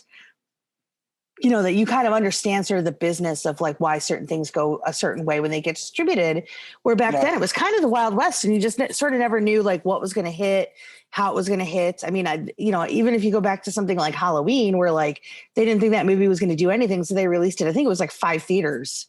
Yeah. I got like regional roll up. Yeah. I know they get started like in the Midwest of all places. Yeah. And then it just kind of grew from there. So it's really interesting to me, like, seeing back then, like which movies like studios be like, you know what, we can make some money off of this. Let's do this. It's very fascinating. So I guess I would bring us to opera now. Yeah. Which I love operas, talking about like, weird placement of heavy metal music. But opera, I think for me feels like Argento's most personal film, in terms of sort of an artist who's struggling with his own identity, through the character of, oh my goodness, I can't believe I am blanking on the name of the director. Mark. Yes. His name is Mark in opera. Yes, look at that. You're like, I remember his name. I remember his name, yeah. Yep. So I love opera. I love opera too. I mean, it's so... I love the Money Pits. Sorry, that's a Family Guy joke. Opera is... we rewatched that one recently before you and I were even going to do this. So we had put it on a couple weeks ago, actually. I think we rewatched it just because we had bought the Scorpion release and we never opened it. So we're like, yeah, let's crack it up and let's watch it. And they did another great job of that. But opera is one of those movies that is so good that you wonder if you wonder what happened afterwards. Yeah, it really makes you kind of take a moment and you're like, oh. Yeah, just on for the movie itself, I mean, I love the mix, like you brought the heavy metal stuff, but I mean, I love it feels like an opera. It's an operatic epic in a lot of ways. Just the storyline itself of, this person going around and kidnapping, well, not really kidnapping, tying her up and forcing her to watch him kill people in front of her, which is such a twisted concept from the start. And then when you realize why he's doing it and the past history between the lead, Christina Marcellak, and her mother, which again, you're getting into all this weird kind of strange taboo stuff. And then you get the whole idea that he's putting on this version of Macbeth, with this, like you said, with the director kind of trying to find his identity, and even in the movie, the costume designer was constantly fighting with, talking about how, he was just a horror director. Yeah, he's a horror director. Talking down about him. Trying to do opera, and the fact that the two don't mix, and the staging of Macbeth in this movie is so, I have no idea what's going on at any point in this in the story, because there's so many strange, wild things happening on the stage in the opera house. Yeah. That would never work, I think, in real theater. The idea that they have the ravens flying around. I mean, I can't imagine anybody. OSHA's never letting that happen. I don't think. And maybe it's more. Maybe it's a PETA issue now these days. Yeah, it's funny because I used to read, I read Macbeth several times as a kid. I'm like, I don't really remember ravens being as integral to the plots of Macbeth as they really make it seem here. But I love the fact that the ravens are like such a crucial point of this movie in terms of revealing the killer's identity, that it's so ridiculous, but perfect. But it's so brilliant. The way they do it, the way he shoots that is so terrific. And look, it's a terrific giallo in so many ways. But the idea that the reveal of the killer is there's the backstory, and again, the idea that the killer is killing these people because the daughter of the woman that he used to, I guess there was a sexual relationship. I guess. I mean, I could never quite tell if it was just she was manipulating him and dominating him. They actually had sort of a sexual relationship. But I've always gotten a sort of a sexual undertone to that, where she was sort of manipulating a young man and sort of taking advantage of him through sort of sexual coercion. Yeah. That's kind of where I'm at with it as well. And the idea that he's killing these people because it's what he used to do with why am I blanking on her name now? I remember her real name, but what's her name in the story? It's Betty. Oh, Betty, thank you, of course.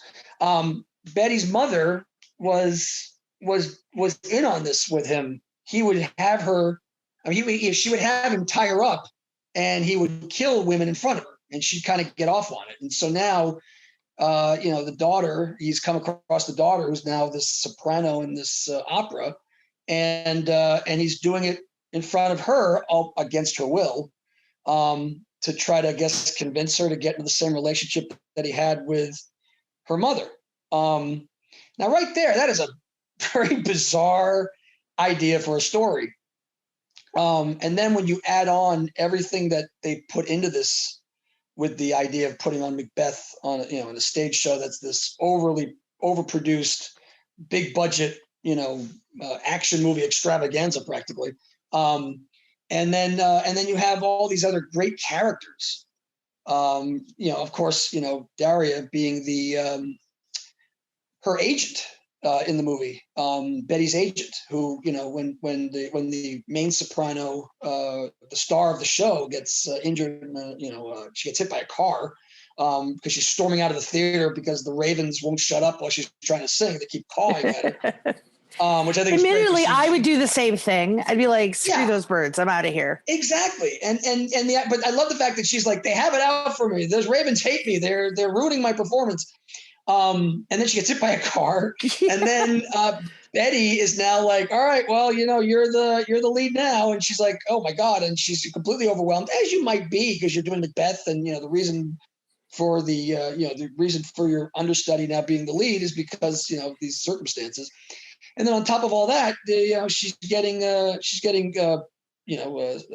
abducted and tied up, and then there's these extremely graphic murders in front of her, and then he unties her and runs away. And it's just so strangely compelling from the start.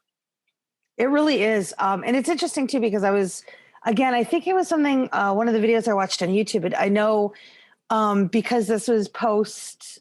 Daria and Dario's, I said Dario like he's SpaghettiOs, but it works. But this was, after their relationship had finally run its course, and she wasn't going to do opera. And the only reason she wanted to do it was because of her death scene, which is arguably one of the best effect sequences, I would say, out of Italian cinema, in terms of the execution of that moment is so shocking and so amazing and so technically driven, which again is sort of the antithesis of a lot of Argento. And I don't mean that in a derogatory way, but a lot of times people are just getting limbs chopped off, or somebody's getting their throat slit, or, this or that. The precision of her death scene is so just so amazing to me. And I guess that's the reason she ended up wanting to do it, is because she wanted to be a part of that. Which is interesting because I don't know many actresses who take a role because of their death scene. Well, it's funny because I remember seeing opera for the first time, and you don't see it coming. No. It just as you think, wait, what is about to happen? It happens, but you don't even put the two together. You're like, wait a minute, what is that? Oh my God. And when it happens, you're like, holy crap, that was unbelievable. And, I've seen opera in theater a few times, and every time without fail, first of all, it's always a packed house because everyone loves this movie. And it's a movie you really want to see in a theater because of how big it looks and how large scale everything is. But every time she gets killed, it's applause. Like the entire place just goes like huge applause. Because and we all know it's coming. We've all seen the movie, and people who've never seen it are blown away by it. Are they? Are they? Yes. It's shocking in its in how clever it is, and in how it's pulled off, and in how elaborate. Because it's not just when it happens. It's not just her that gets. It's something happens after or behind her when it happens, and the way it's shot. The way it's all shot, and by the way, the way it's edited, Yeah. That doesn't work without that ending. It's just it's so perfect. And you know, and you're like, you're like, oh my God. And when it happens, you just, you know, and the theater goes nuts. Everyone's applauding. You're like, this is, you know, because they're appreciating the artistry of it. You know, it's such an amazing moment. In a film that has a lot of them. I mean, it's you know, it's to create a death that like outshocks the rest of the shocking deaths. Yeah, is a feat. Yeah. And I also think the fact that they actually put explosives on the back of Daria's head. Well, you can see her.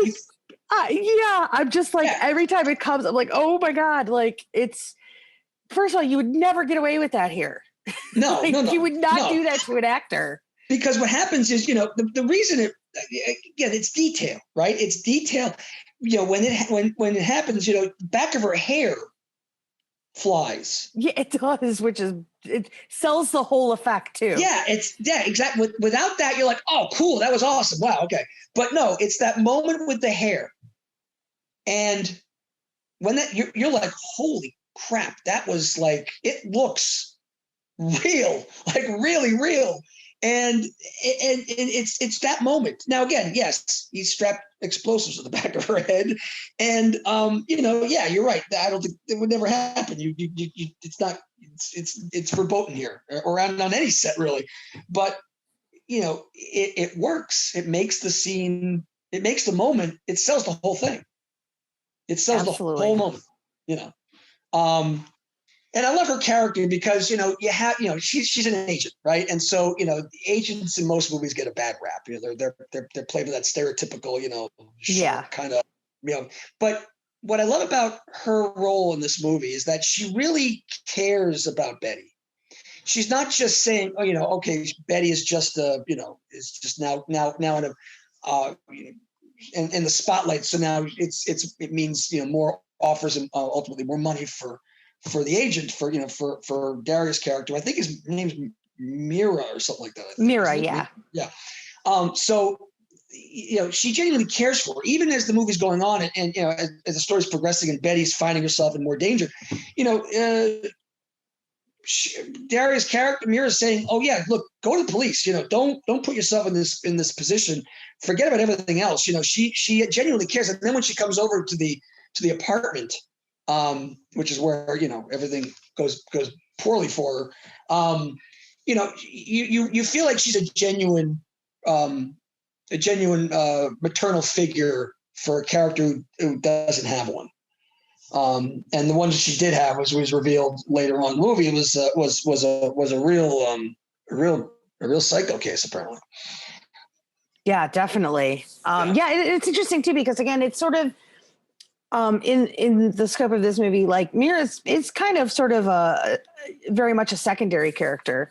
But I think when Daria is there, she adds this presence, like this calming presence in this sort of light, to the other sort of darkness that is in the story that's surrounding Betty and the life that she's led and the things that she's experienced in her life. And I think that there's a really good balance, I think, with that, where it's not nearly, I would say, as evident as like if you're watching Anne in Tenebrae. Like it's a little more subtle here. But again, I think there's like a lot of the heart that is in opera comes from her character, which again, when things go south, makes it all the more shocking. Yes, absolutely. Because you don't expect.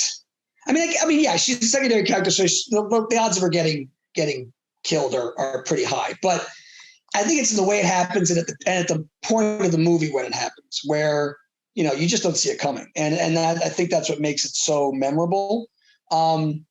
And yeah, you bring up a good point. The idea that her character does have only good intentions, and she does have that that goodness about her when everything is starting to come unraveled around for her. But if we look at the story with Betty, it's after Mira gets taken out that Betty kind of starts to really come into her own in terms of being a stronger character, starts to kind of take control of her own story and starts to figure out, look, this is what we have to maybe do, and that's when she teams up with the director and all his fixation with these crazy birds, and how that plays out for the reveal of who the killer is in the cast in the story. Yeah. Not the cast of the opera, the cast of the movie. Yeah, definitely. Which I think kind of brings us, as we're talking about sort of the creative spectrum, that we see in opera, kind of ties in very well to Paganini horror, which this was sort of this is a first time watch for me. And first of all, thank you, Luigi Cozzi, for giving Daria her screenplay credit on this. Yep. And again, this was a first time watch for me as well. I actually saw it off of Tubi, so I didn't get a chance to check out any special features or anything like that. But I could totally see myself revisiting this one.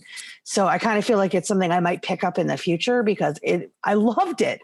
It's again, I think for me, what I really appreciate about Italian cinema is that it feels so risky all the time. And those risks always feel like they reward the viewer, in such wildly unexpected ways.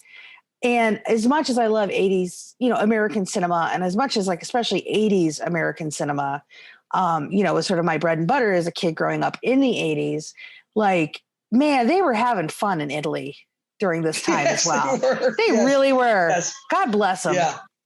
Well, it's, Paganini Horror was a movie that I had seen only on video shelves, and it had that crazy cover art with the skeleton with the violin and the house but I never, for some reason, never got around to seeing it. I'd always heard about it. I knew Luigi Cozzi, but I'd never seen it. So it had come out recently through Severin, and I was like, oh yeah, you know what? It's everything about it sounds great. Pedigree's great on it in terms of who's involved, and it was a blind buy for me. And when I watched it, I loved it. It has a lot of issues in terms of especially pacing. But for me, it is so again, so out there. Like you said, the Italians are having a lot of fun. And this one really, really, really goes with that. Now it's funny, the background of this movie is very, is even weirder than perhaps the film. So Luigi Cozzi was originally going to be doing a biopic about Paganini. The plan was to make an actual real biopic about the guy. From a fictionalized standpoint. They were going to put Christopher Lambert as Paganini. Because do you mean Christopher Lambert? Yes, Christopher Lambert. Yes, I like that you put the European flair on his name. Well, I had to. He's French, So he's in Greystoke, which I guess came out in 85 or 86 or something like that. Yeah, that was 84, 85, I believe. Yeah, and this Tarzan movie was going to be a huge hit, and Christopher Lambert was going to be a big star. And so these Italian producers are like, look, we're going to get him now before Greystoke comes out. So when he becomes a huge star, he's going to be playing Paganini in our grand biopic. Well, Greystoke bombs, and the producers get cold feet, and the movie goes bye-bye. So to hear Luigi Cozzi talk about it, which there's a great special feature on the Blu-ray about it, where he actually talks about this entire process, was that years later, Luigi Cozzi's approached to do a horror movie, and the producer says, "Well, do you have anything that we could shoot?" And he talks about this one, which he turns basically into a horror film. So a Paganini biopic became Paganini Horror, all because Greystoke failed. But the funny part is that Cozzi it's called Paganini Horror, but it's not a horror film, according to Cozzi. It's a sci-fi movie, science fiction film, because of all the strange interdimensional other worlds stuff. He talks about the movie being a movie about Now in the movie, you remember the Albert Einstein, the pictures of Albert Einstein in the house. Yeah. It's to Cozzi. The movie's about time and circularity and the Einstein theory. And I wrote that down on my little notepad here because I remember watching that. that interview with him. So I looked at it again real quick to remember exactly the words he used. So this was not a horror film, according to Luigi Cozzi. It was a sci-fi film, science fiction movie, and which is interesting take on the idea of Paganini horror. But what I love about it is it's extremely 80s in so many ways. Of course, most because of the rock music aspect of it, or the fact that it's a all-girl female rock band who have gotten their hands on this unproduced Paganini piece that was commissioned by the devil. And when the devil sells it to them, they turn this into this, by the way, really great pop song. I mean, I think it's a terrific song. To me, I was like, I feel it's something that felt so familiar to me, even though I'd never seen the movie before. I'm like, have I heard this before?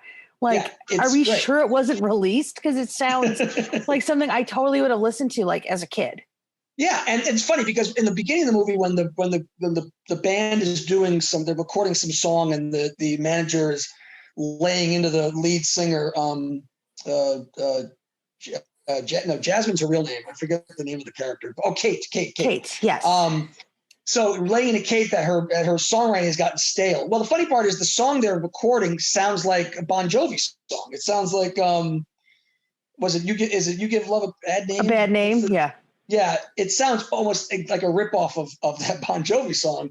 And the manager ripping into her saying, oh, the music's getting boring and stale. And it sounds just like Bon Jovi. So then when she finds this, or when the drummer, the only male member of the band, buys this piece of music from the devil himself, played by, of course, Donald Pleasence, who for some reason is dubbed, and poorly, by the way. Yeah, that's what I also didn't understand. Like, how do you have Donald Pleasence, Donald Pleasence, and you overdub him? Yeah. Like, what? Why would you make that decision?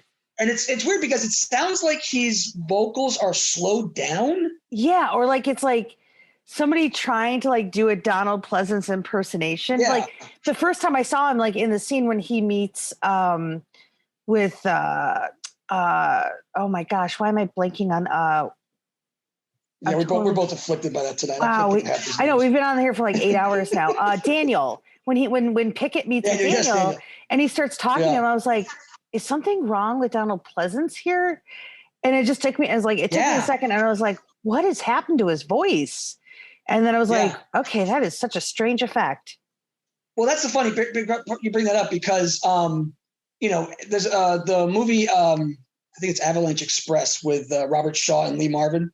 Robert Shaw is so poorly dubbed in that film, but the word was that he was very sick, I guess, or Robert Shaw was very ill at the time, and so like they couldn't, I guess, hear, or his lines weren't recorded properly, or he couldn't re-record something. They had to dub him for some reason, and it's so ridiculous how he sounds at Avalanche Express, and it's almost as bad in this at how poorly dubbed Donald Pleasence is in this movie is almost as bad as Robert Shaw's awful overdubbing in Avalanche Express.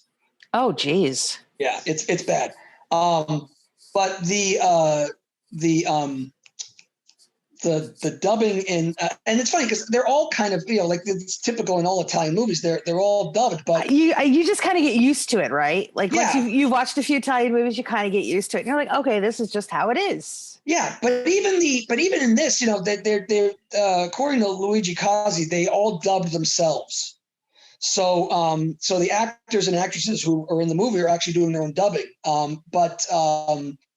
It's I guess they didn't have experience with it. So it seems like they're overdoing it in a lot of the scenes. Like the dubbing is so like over the top and intense because they're trying to match the same level they were at on screen. I don't think that explains Pleasance's issue. That's a whole other thing. But the rest of the characters, especially the characters of the band, are doing their own dubbing, and it's a little bit over the top. Just a little bit, but I think a lot of Yeah. this movie is a little bit over the top. But that's why I Yeah. kind of love it. And of course that ties into Daria's role in here as well. I mean, I don't know how you even talk about this without revealing sort of her role in everything, because Yeah. it ends up being such a what moment. Yes. Because like the whole movie, you're kind of just thinking she's one thing, and then she turns into like Erica Kane of Satan, Yes. Satan's right hand woman, like Right. looking like Erica Kane walking out. That I was like, I gasped, and then I was like, yes, Yeah. Yeah. okay, now it all makes sense. Yeah, well, yes and no. I It mean, feels to me like I say use like I say makes sense in the loosest term possible. right. Because they explain her whole character, and the prologue and her character now connect. But it's a film that feels like apparently there was interference from Fabrizio De Angelis. I mean, he kind of interfered with some of the things that Luigi Cozzi wanted to do. And it's funny because you look at the interference on that, like he told them to take a lot of the heavy gore scenes out because they couldn't afford them. But then there was other things that Cozzi wanted to put in that made the fantastical, strange, quote unquote, sci-fi stuff work better. He just kind of, it's just kind of explained away in an expository piece of dialogue at the end to kind of explain what's happening. Yeah. Kazi had other ideas for it, but they put some of the deleted scenes and an alternate ending on the Severin disc, which if you watch them, it kind of makes it feel like it makes more sense in terms of what he was trying to do. But it's when I mentioned that it was originally a biopic about Paganini, and then they decided to do this sci-fi horror version. He got Daria to do some work on it, which I presume she did a lot of the work on her own character. They also brought in Dardano Sacchetti as well to rewrite a lot of it. And I guess he was kind of the go-to guy at that time anyway. But yeah, it's, and again, like you said, Daria got credit for that, which was nice to see. And I like her character. I think her character is pretty cool in the fact that, we see her in the opening as a child. And then we see her kind of, you think the opening, at least I did. I thought that the opening, seeing the opening of the movie, there's a little girl, and the little girl I thought was going to be Kate. Yeah, that's what they kind of set it up with.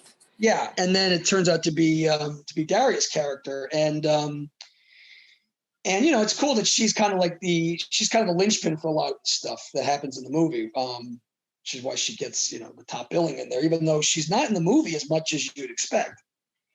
Yeah, definitely. I just wonder if that was maybe like star power for them over there. Yeah, maybe. Because I mean, she's in the movie more as later on as it goes, but she's not in it for she's sort of in small bits and pieces here and there until later on when all hell breaks loose. But the thing about Paganini horror is that it has a great start. Like the first 20 minutes or first half hour are like just awesome. They just all kinds of crazy stuff going on. They got the rock songs, you got the crazy music video, and then when everybody starts getting killed, it becomes a haunted house movie, but it's not a very interesting one. Like it's just them running around from room to room in dark rooms, and there's not a lot going on. You get a few more kills, and then it just shifts into high gear in the third act, and then again more crazy kills, and then you got the and I love Paganini's whole his whole look, going around killing everybody, with that gold mask and the flowing robes, and then of course we have the amazing murder weapon, which is I guess you could call it a Stradivarius switchblade. Yeah, which is definitely a first for me. Yes. I was like, again, I will always commend a movie that sort of does something that I have not seen before. Yeah. Yeah, and what's great about it is that every new thing that happens, where you're kind of like, what the hell? It's just so visually striking and so bizarre that you're like, you just have to go with it. You just have to give yourself to it, because otherwise you're going to miss something. And he really lays it on with the creativity. Yeah, he packs, because I think it's like 80, it's under 85 minutes. Oh yeah, it's like 87 minutes long or something like that. But yeah, and he makes every single one of those minutes count. Yeah, well, I'll give him credit for, because I'd rather have a tight 80-something minute movie that just, throws things at me like relentlessly than 120 minutes where they kind of just dawdle a little bit. Right. Yeah. And it's, and we'll get to the next one in a minute, but I like this. It's almost like a phase that she went through with Kazi. Because she does this one, and then she does, I guess that would bring us to our last one. Well, I guess it's it was the same year, I think, 89, where they both did Paganini Horror, and then Black Cat or Demon 6. But just to stay with Paganini for real quick 1 second, we talk about Dario and his his foibles and his drawbacks and things that she talks about. You saw on the Deep Red disc. It's interesting that she worked with Kazi, who, he had his female characters were always so strong.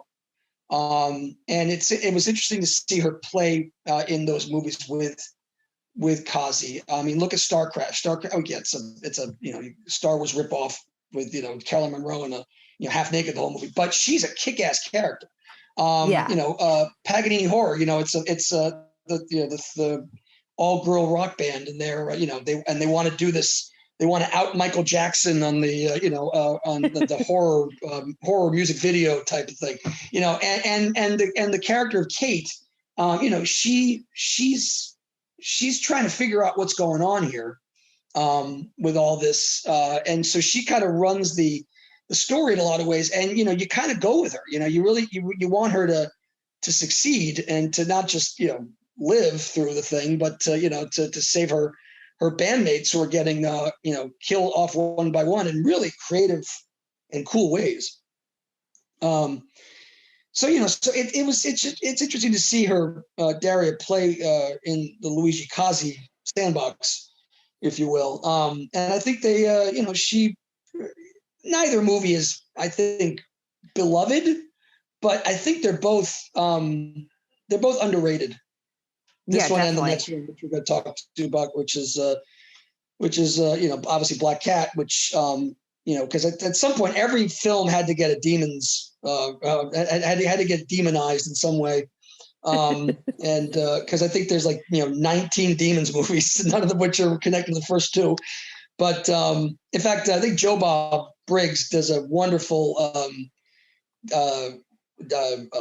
analysis of the demons phenomenon in Italy, where every movie came up had to get was somehow connected as a sequel to Demons. I was gonna say, was every supernatural movie just a demon sequel over there? yeah. Demons 3 was like a TV movie. I don't remember what Demons 4 and 5 anymore, but this one became Demons 6, De Profundis, which of course I guess for our conversation brings it full circle back to Suspiria. That was kind of my intentions. Yes.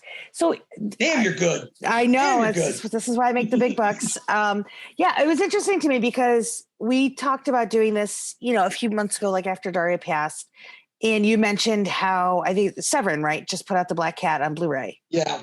Yep. And I picked it up. I had never seen it before. So you can imagine, to my delight, the minute that they start talking about Mater Suspiriorum, and they're like, well, haven't they already made this movie?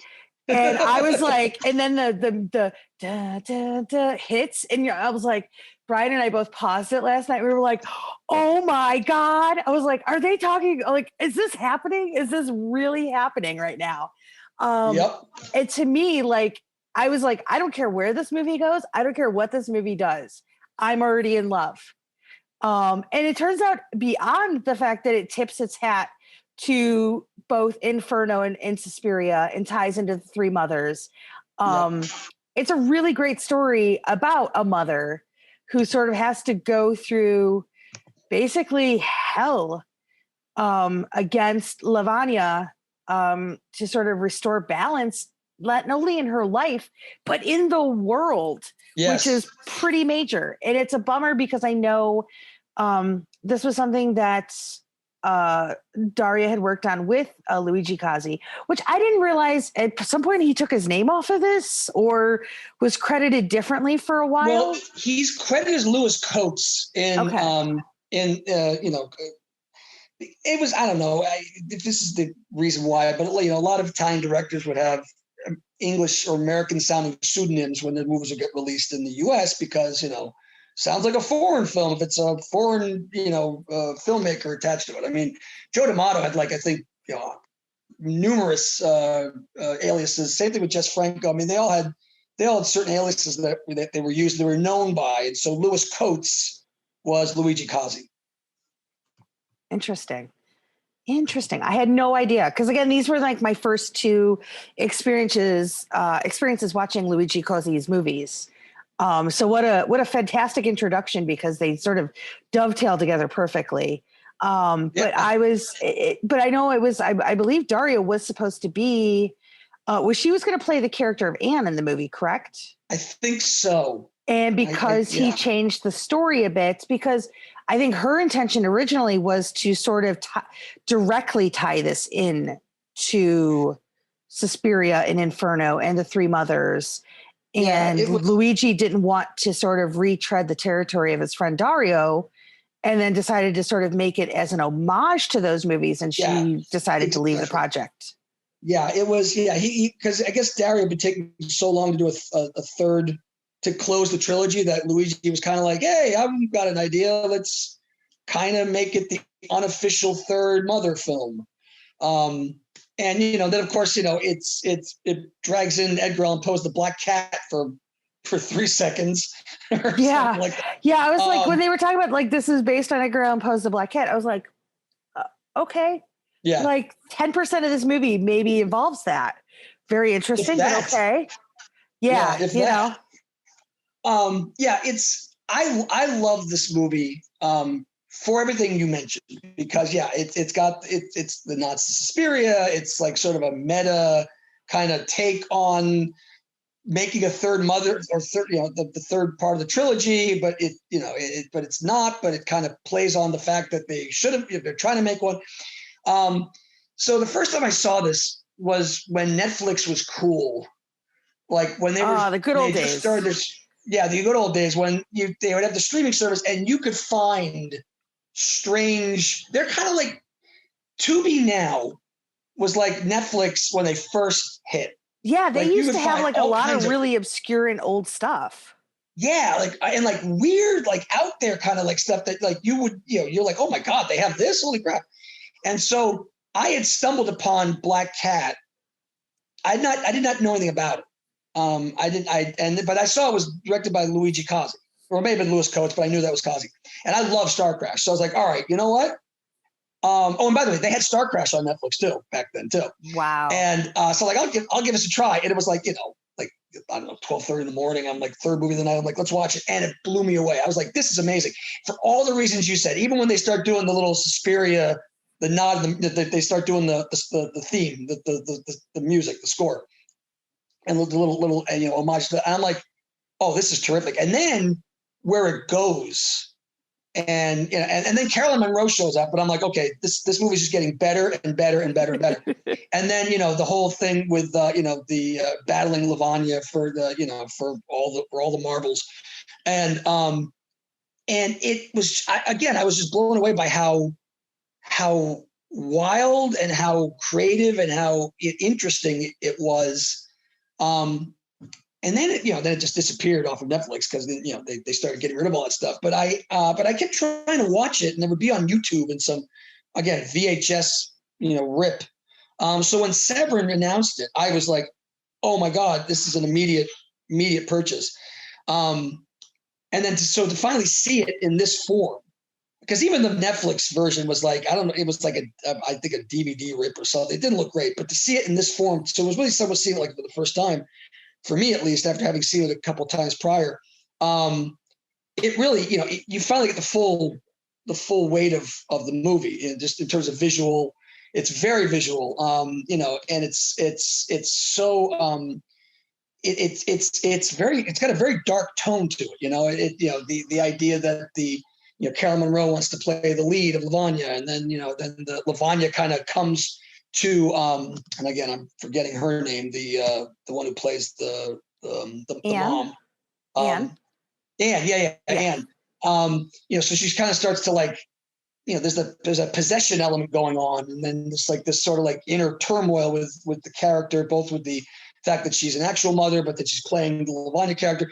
There's a lot of it's a very layered story. There's a lot going on here, and the movie, basically gets dismissed by virtually everyone who talk about it, because they say it's just a silly Demon 6 sequel, but it's not. It's a very it's a pretty great flick. It is. It's funny though, because like Urbano Barberini, who is in Demons and is also in this, like, were they just thinking like, is it just an extension of his character for the first movie? Like, I don't know, like maybe like, oh, we have the same actor. It's Demon 6. This is good. Yeah. I mean, that's the thing. I love that they'll put the they'll put the same actors in those movies, and then they'll just slap the name that they were known for previously. Again, it's all in the marketing, right? It's all about getting the butts to the theaters, and the Italians just seem to do it better than everybody else.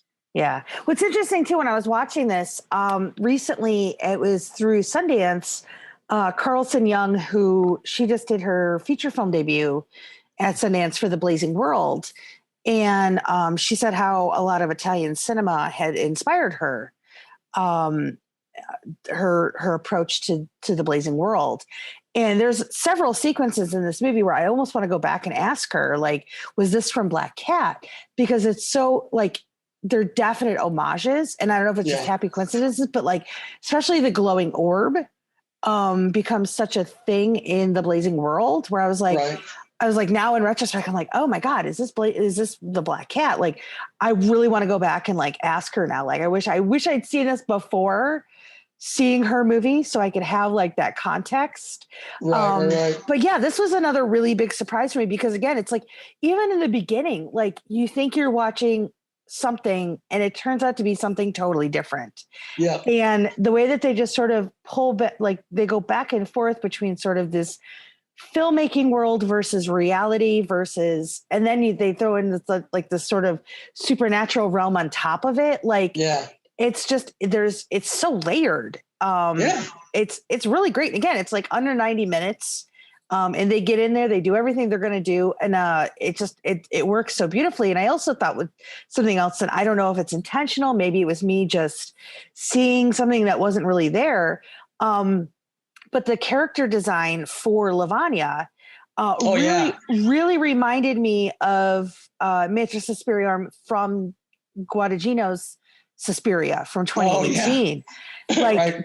Like, cause it's interesting because like in the original Suspiria, like she's just sort of a figure, and then she's kind of gray, and like, she just looks like she's like had the life sucked out of her, like a life force type character.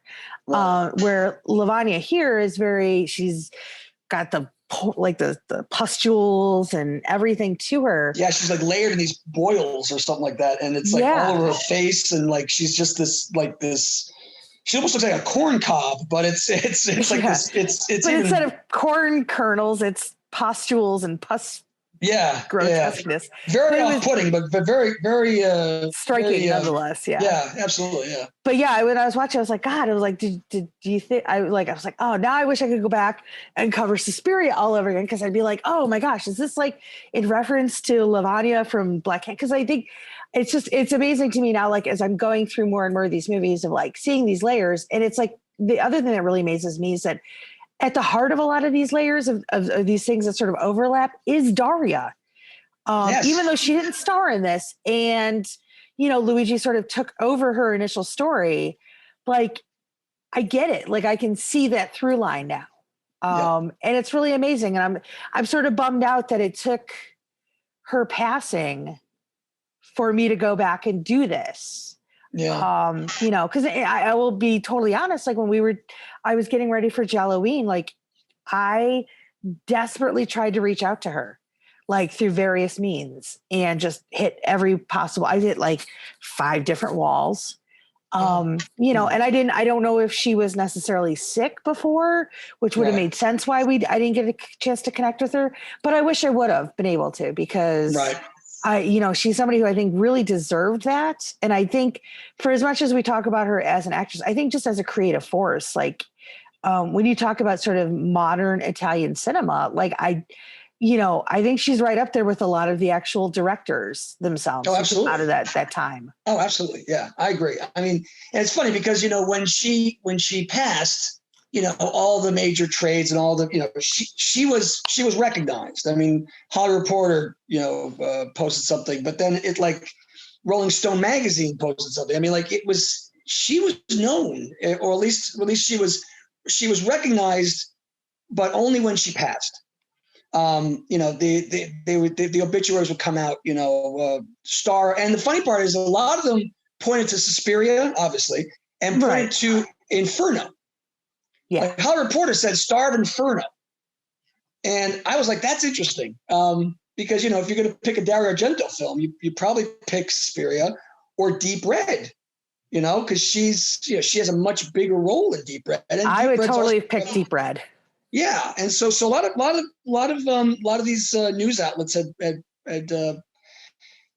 pointed out to Inferno. But besides the point, the idea that she, you're 100% right. I completely agree. The fact that she was a creative force in her own right, and she belongs up there with those names that we talk about all day long, like obviously Dario and Lucio Fulci and Kazi, Sergio Martino, all these names that are known by at least obviously for the cinephiles, but some more casual fans might know these names as well.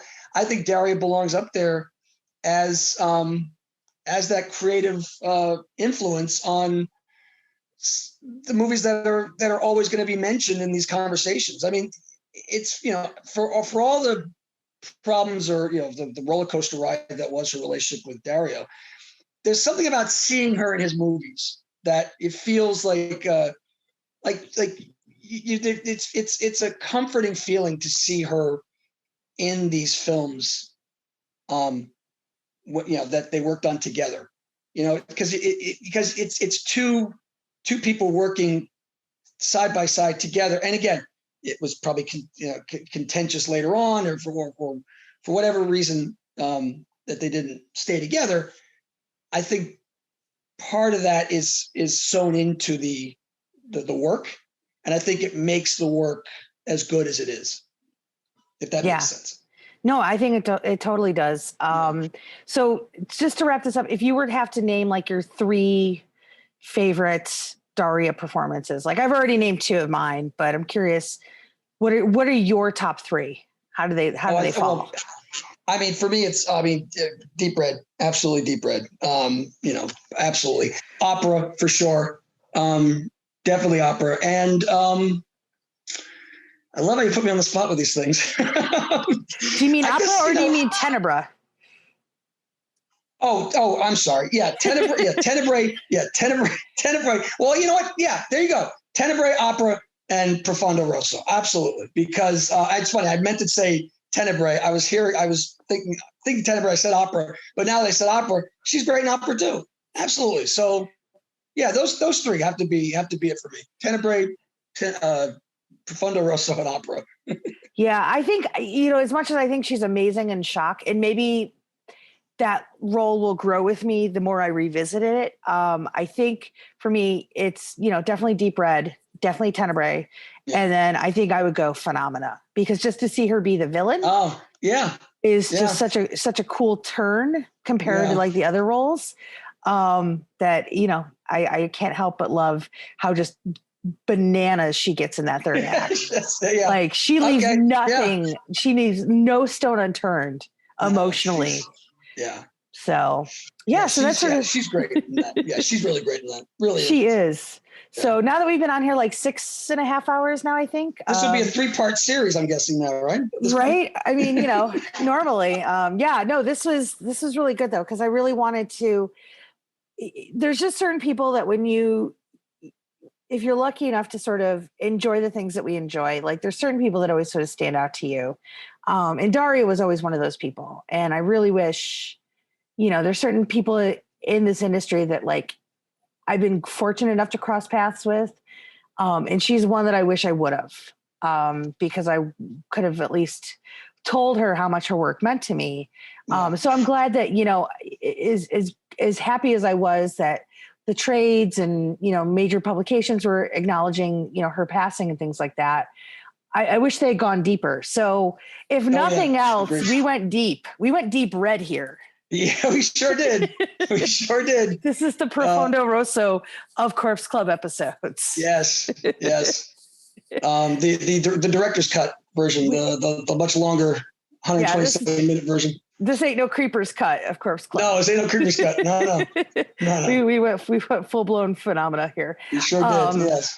But so Marc, thank you so much for doing this. Listen, thank you for having me. Anytime you ever ask me on there, I'm always convinced this is the last time. So I'm so happy to be asked back again. Absolutely. Thank you so much. It was great. It was great getting to talk to her with you specifically about her career and her work. And look, we haven't even gotten to the TV. This woman worked with Jack Lemmon and Marcello Mastroianni.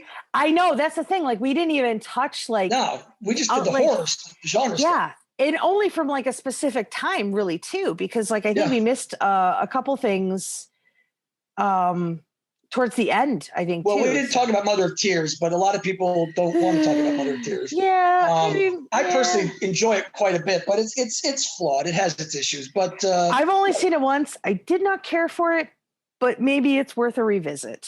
I'm not a huge fan of the later era Argento. Some are good, some, but for me, it at least recaptures some of what we've loved about him in the golden era. Plus, it's got a monkey. Yeah. So there's another monkey in it, and it's not Dracula 3D. No, well, yeah, that's where I think it finally broke me. Yeah. By the way, really quick, one of the interesting things I thought was that popped up during the Daria interview on the Deep Red Blu-ray. She talked about how Dario, for the re-release of Deep Red, which might have been for like the original home media release or something like that, he had toyed with putting it in 3D because 3D had come back and he was obsessed with it. So I'm wondering if that's why he ended up making Dracula 3D. Because then he realized because she said something about how he didn't want to sully the perfection of Deep Red, but he still was really interested in 3D. So I'm wondering if that's what led to Dracula 3D. You know what? I'm just happy about the part where he didn't want to sully the the perfection of it with throwing it in 3D, because there are movies that I love that got re-released in 3D recently in some cases. That it's sometimes it's best to leave things alone. Yes, and Dracula 3D, you know what? It's best in its own thing, and it is what it is how I leave it. Look, it led to me having a conversation with Dario, so I can't even hate it that much. But boy, I wish I'd been talking to him about a different movie. When you said it is what it is, I'm not even sure it's that. That's true. It probably isn't. It is what it isn't, I think is better. Maybe exactly. More apropos. But so thank you again for doing this. And for those thank you again for having me. Yeah, absolutely. And for those of you listening, thank you so much for supporting Corpse Club. You can find out more about Corpse Club if you visit us over on our website at corpseclub.com for all your daily news, reviews, interviews, and things like that. You can head over to dailydead.com or be sure to follow us over on Twitter at Daily Dead News. Thank you to our engineer, Brian, for making us sound great. And until next time, everybody, stay scary.